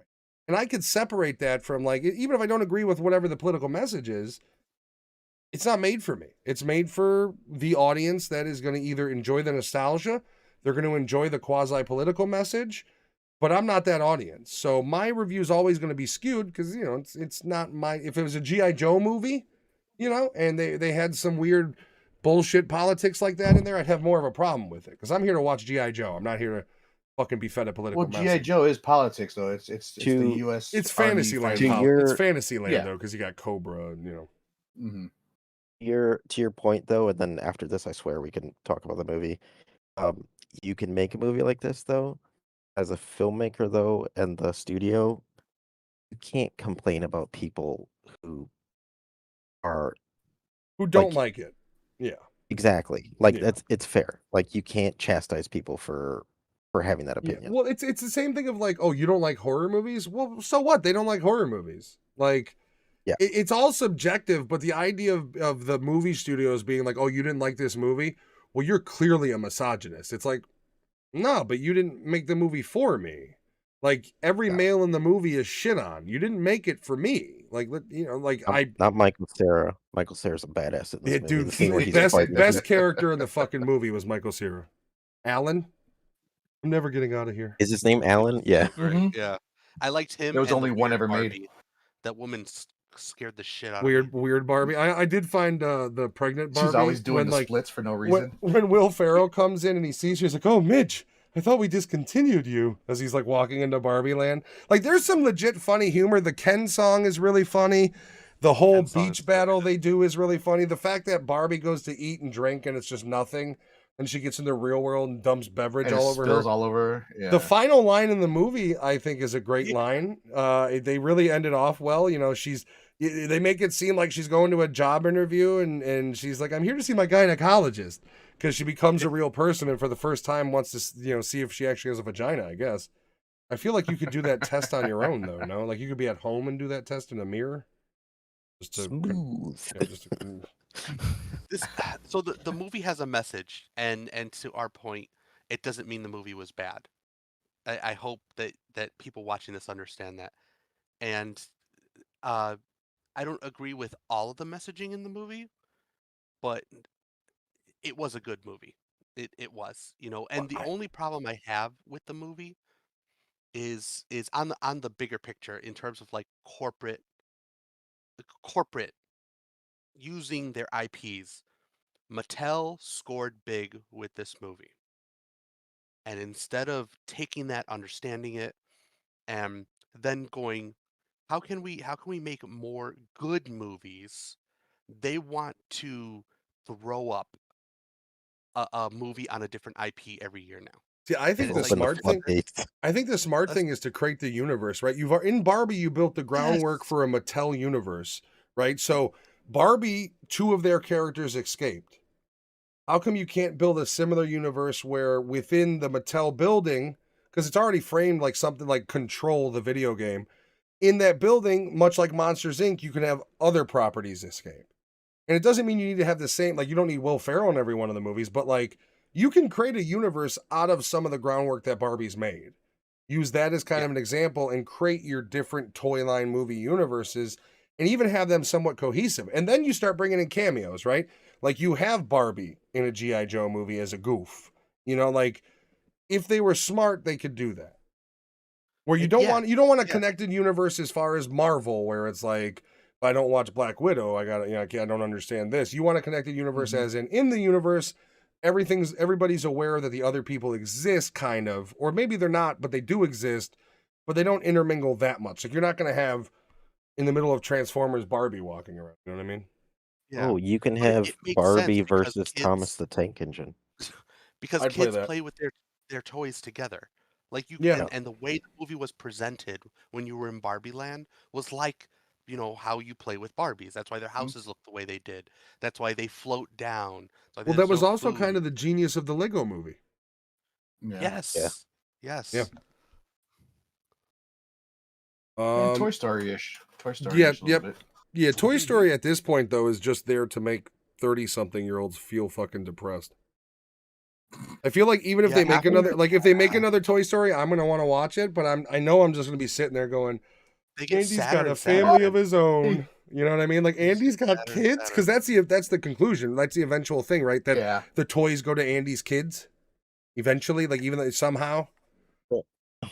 Mattel has a toy line called Little People, and I feel like they're gonna have to change the name if they make a movie out of that one. Well, Peter Dinklage Anyway. is gonna have a problem if they don't. I'll tell you that much. He doesn't. You're gonna fuck- see, and he- you're gonna see him. You're gonna see him in there, and Is he's not not gonna have the the legs. It's movie. just gonna Yeah, be I'm, him tell- bouncing I'm telling you around. right now, you can be in the privacy of your own home, and if you say the word midget, Peter Dinklage shows up in your refrigerator and attacks you.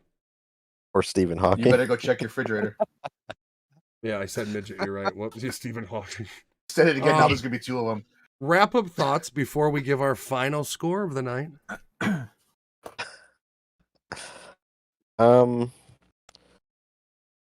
Why don't we have a Hot Wheels movie? That's my Yeah, we got a final thoughts. fucking Gran Right. Turismo movie. Make a fucking have you played the Hot Wheels Unleashed games? They're awesome. You know what? Make a movie When- based on that shit. Not only that, When- a Hot Wheels movie would work because they made a Need for Speed, or not Need for Speed, I'm sorry, a Speed Racer movie, and I fucking love that I movie. love that movie. The Love that. Wachowskis did a great job with that movie, but it's hated. It is hated. One of the actors passed away, and his two daughters that plane crash. That is such just a today. bummer. We're having We a good haven't reviewed episode, and that, have we? you just bring us down with a Well, you Kobe brought up incident. you Fuck. brought up fucking Speed Racer, so Oh my god. We've it never looked we've never reviewed it, have we? no. No, it's a great fucking movie though. It's It long. is. It's 2.5 hours long is the problem, but that movie's awesome. I remember seeing that in theaters. I was like, I didn't even really watch a shit ton of Speed Racer, and I was like, this is fucking awesome. Yeah, no, that's It is. we It's need to good. review that one. That was a great movie. Nikki also recommended it we proves review that- Land Before Time. Speaking of childhood depression, I think it was Oh, the first time no. I felt Yeah. depression was watching Land Before Time. Boy, did my mom regret buying that VHS at Sam's Club for me on sale. Land If they- Before Time, The Good Dinosaur, If they Dude, The Good Dinosaur is such a PTS ride. Like, it could have been a movie about Vietnam with the flashbacks that fucking dinosaur had.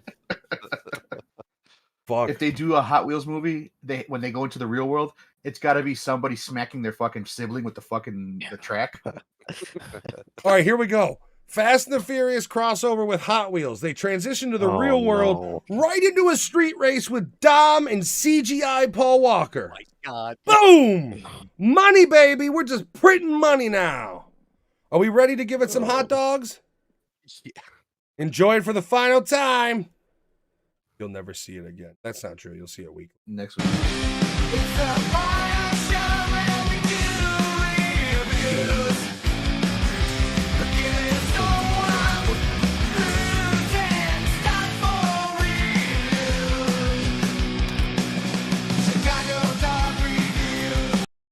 I'm honestly just assuming people are tired of video at this point. We're back. Okay. We're here to give I- our fourth and idea- final hot dog review. Leave it to Idea Lewis. for next year, because people won't remember, when we do this many movies, make that part like slightly longer after each movie. It's 5 minutes by the end. We're just sitting here just doing nothing for 5 minutes while they watch it. That'd be terrible. What's up, Fabian? Lewis, you go first. This is your pick. I'm gonna go with a 6.5. I would do a 7, but like I said, my issue with this movie is in its tone. It's very ham-fisted. It's like, we get it, we get it, we get it. I think the cast is great. For a movie about toys like Barbie Land, it just insanely looks good. The sets too, man. If you Um, haven't seen it, the sets are, when they're in Barbie Land, the sets are pretty impressive what they built. I would say Even the fake Matt and beach. Matt and I are part of the Samara Weaving fan club. I would have Yeah, liked all her for over her. Margot Robbie. Yep. Um, Anytime in any movie. I don't fucking put her in Suicide Squad. Do everything Margot Robbie apply. If Margot Robbie is doing an audition, I like to think that she sees Samara Weaving walk into the building to do the audition as well, and she goes, "Fuck! All right, let's put on the charm because Miss Weaving's in the motherfucking house." I'm interested to see what they do with sequels. Like everyone said, I'd love for them to not like shoot out all these IPs, but play with the idea of toys and bring in the old WWE toys. That would be weird. Oh, dude. LJNs. You don't even need, like, you That'd be just amazing. like they could be the real wrestlers. Then like have Mick Foley's toy be all chewed up and fucked up, and you know what I mean? Like you do stuff like that. The dog got a hold of the Rock, so half his face is all disfigured. Whatever. Stone Cold still alive. Have him do a stunner on Ken. He's still alive and in okay shape. I mean, we all know the Rock is a steroid, so he's always in good shape. That's true. But yeah, I'm interested to see what they do in the future. But the problem is like everything is like mega universe has to be all these movies. So like it's like, are they gonna do what they should do? Probably not, but I guess we'll see. I'm with you on this one. 6.5. I didn't hate it. I mean, I thought it was enjoyable. There's some of the humor hits really well. You know, like it's not made for me. So a lot of the, you know, nostalgia that you would tap into to a girl who played with Barbies, it just didn't exist. But I appreciate it on my wife's behalf of like all the little nods they gave and all that sort of shit. So, yeah, 6.5. I didn't hate it. I just, I have a big problem with the messaging in the movie, which I knew I would. I mean, once again, it's not made for me. So like, I'm okay with that. The movie studios need to be okay with that. You didn't make a movie for me, and if I'm gonna talk shit about things I didn't like, it's not because I'm a misogynist. It's because you made a movie that wasn't for me, and I didn't like certain things about it, including your messaging. And as you know, and here's the thing: is you can have your opinion. If you disagree with me, that's okay. I don't have any problem disagreeing with me. But understand I do have certain beliefs, and I can watch a movie if they go against my beliefs. I'll just be vocal about them. If the movie's shit, I'm gonna say it's shit. But if it's not shit, I'm not gonna say it's shit. This movie isn't shit. The production value is top notch. The writing, for the most part, as far as the character dialogue, is solid. The storyline is goofy, but it's serviceable. It hits a point, brings in lots of different characters.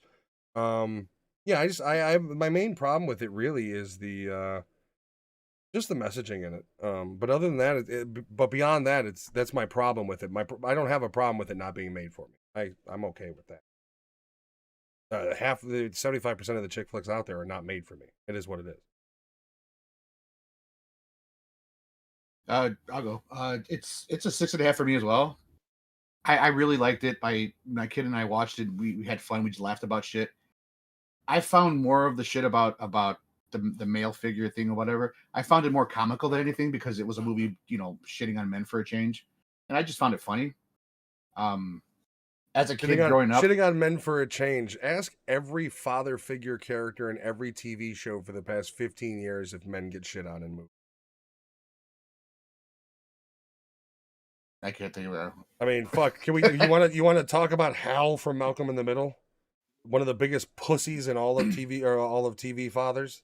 I never watched that show, so the show's awesome. Yeah. You should. I don't know if you should watch it now. I mean, I don't know if you'd enjoy it now, but it was all just fun for me. It's just a fun thing to watch. But as a kid, the closest thing I had, because I don't have a sister or anything, but my cousin was like the closest thing I had to a sister.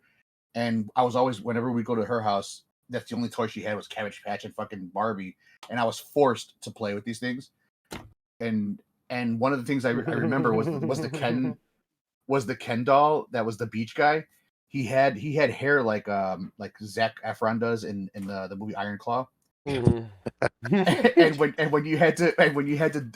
when he's working out, you're supposed to use a marker to fucking define his pectorals and his abs. You had to use a marker, and then you had to wipe it clean with the water and shit. It was just one of those weird things. Weird toy. That is a weird. It is, toy. And it was very weird.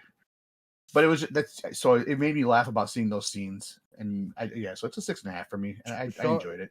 Sean says the subtle woke jokes kind of took away from really enjoying the movie experience. Really good movie though. Oh God, woke is a word that means nothing. Just say what you mean. I mean, but the problem is what if you say what you mean, you're labeled a misogynist. I mean, you're labeled that anyways if you say woke. But like, the problem is like woke in its terminology has a place, but everybody uses it for different reasons, right? So like, you have both sides contaminating it and diluting it, but there is a legit. I mean, you can call it whatever you want, but if woke means that the movie is throwing in subtle jokes of a political and or agenda-based nature that is more of a persuasion of a certain ideology, I mean, I don't think you can call anybody on the right woke. So it's definitely a targeted word. Now we can dilute it and every side uses it and it gets, it means fucking, it means nothing. But to people, it does. That it's the same concept as it's not as strong as this, but kind of the same concept as the N-word. Like some people hear woke and it enrages them. Like if you call a specific sect of person woke, oh boy, you know what I mean? Or for the other section of people, if you say something is woke, well, they're ready to ban it. They've not even consumed the product, but they're ready to go. In my opinion, that word means nothing, like how Nazi has lost its definition. Also, calling someone you don't like who's a male an incel, when it's like, you're just using words. That's a weird thing that the female incels, I don't even know if there's a term for female incel on the internet yet, but you have this collection of like female incels critiquing males for being incels. And it's like, yeah, that's weird, dude. It's like you're the same thing, but with a vagina. Like, I don't know what business you think you have critique. Like, not to be an asshole, but there's this video of this rather large girl talking about a guy being an incel with Cheeto dust on his fingers, and it's like, bitch, am I really supposed to believe you haven't had an orange hand from time to time? You're 400 fucking pounds. Like, come on. If you're going to attack something that isn't in also your wheelhouse. Like, I'm not going to, if I attack somebody for being fat, they better fucking be fatter than I am.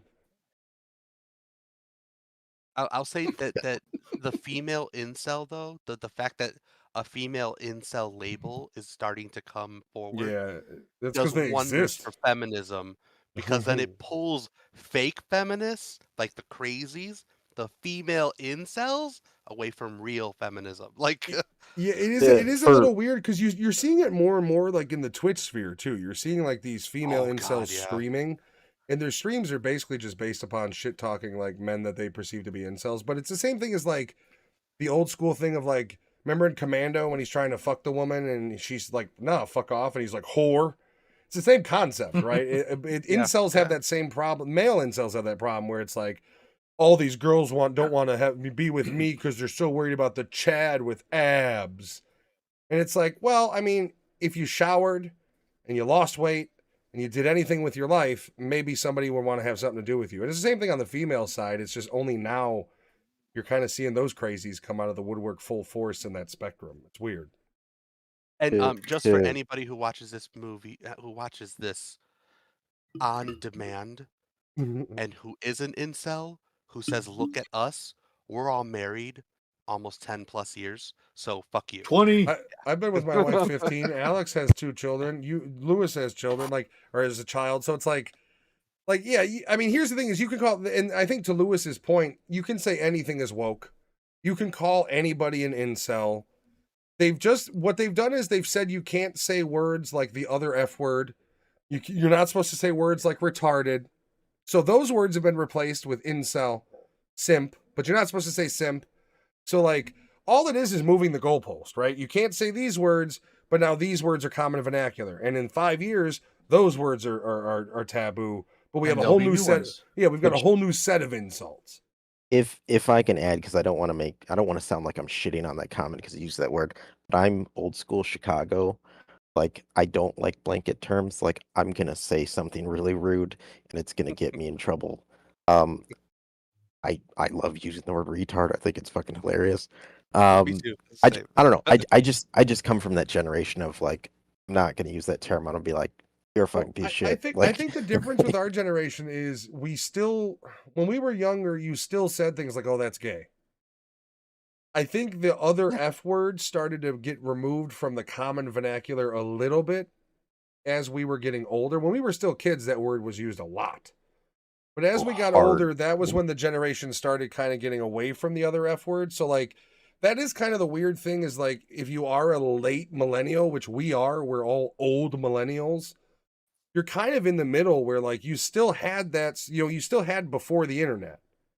And then you have the internet. And it's like, that's where it gets weird. If it's like, hey man, I used to call my friends retarded all the time. And now if I say it on stream, I maybe have to worry about my fucking channel. So you guys are millennials, but I'm stuck between Gen X and fucking something else. What's the other one? You're Gen X and baby boomer. I think you would be Gen X. Yeah. So it is no, it's not the baby boomer. But it's Gen X and the one before Gen X. No, which one's first? I think Boomer was before Gen X, so you would be okay, Gen so X. Gen X and then whatever's after Gen X. I'm like in between because I'm at 76. I think that's millennial, so it's Gen X millennial because millennials go up to like if you're 35, you're still a millennial technically. Like right now, if you're 30. Again, for anybody watching this on demand who doesn't understand this conversation or doesn't agree with us, there's a South Park episode. Look it up. It will explain everything perfectly. All right. So wait, my score. Oh fuck, that's right. I'm gonna score this a 7. Okay. I enjoyed I almost this movie gave it a 7. I was close. I did enjoy it a lot. I understand movies with the messaging are difficult to digest, but it doesn't mean that they're bad. If they're done beautifully, perfect example Barbie, perfect example Candyman. Fast and Furious, Family. Yep. No. The only 2 things that creeped me out about this movie were the feet. Yeah. When they got out of the shoe, that seriously that creeped me out. And Will Ferrell's in it. You don't like Will Ferrell. He's a very random choice to be in the movie too. I don't know why. I don't mean Will Ferrell as an actor. His character said some things like, with all the little girls and they're playing with their toys, and he just kept like pushing that, like the little girls and they're playing with their toys. Yeah, he went. I thought he was going to be like evil villain CEO, and he started to creep into like pedophile CEO. It was a little weird. Yeah. It was all about the fun for the children in my Neverland Ranch. And was it ad-libbed or was it actual dialogue that he was supposed to say?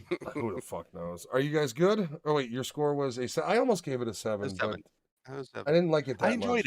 I enjoyed it. That was close. I was thinking in my head. I think if Jen reviewed it, she'd probably give it a 7 or 7. I think she's. All right, everybody. We will be back next week, right? Or are we off next week? I will not. It'll be you 3. I'm on the rest of the month. I mean, so we are trying to figure out, and we're trying. Giovanni, would you have any interest in the game Fall Guys if we did a private big group of people? I own Fall Guys. I have it. Yeah, so it's Because fine. what we're trying to do is we're thinking about if we stream it, we're thinking about doing it on a Friday where we don't do an episode and we do like a Nerditude, and then Nikki, who's in the audience, may stream it as well. We also, I don't know if I want to stream it, but we're trying to organize a big group for Fall Guys. When I say big, I mean 10 to 12 people. Because if you have 10 to 12 people, you can play any of the courses. The private lobbies have a minimum amount of players for specific courses. So we're trying to do that, and we're looking to do so check out the Discord, both mine and Nikki G's, because we're trying to figure that whole thing out. But as far as the podcast, Giovanni is off of classes now, so Lewis will not be with us next week. We will be here next week.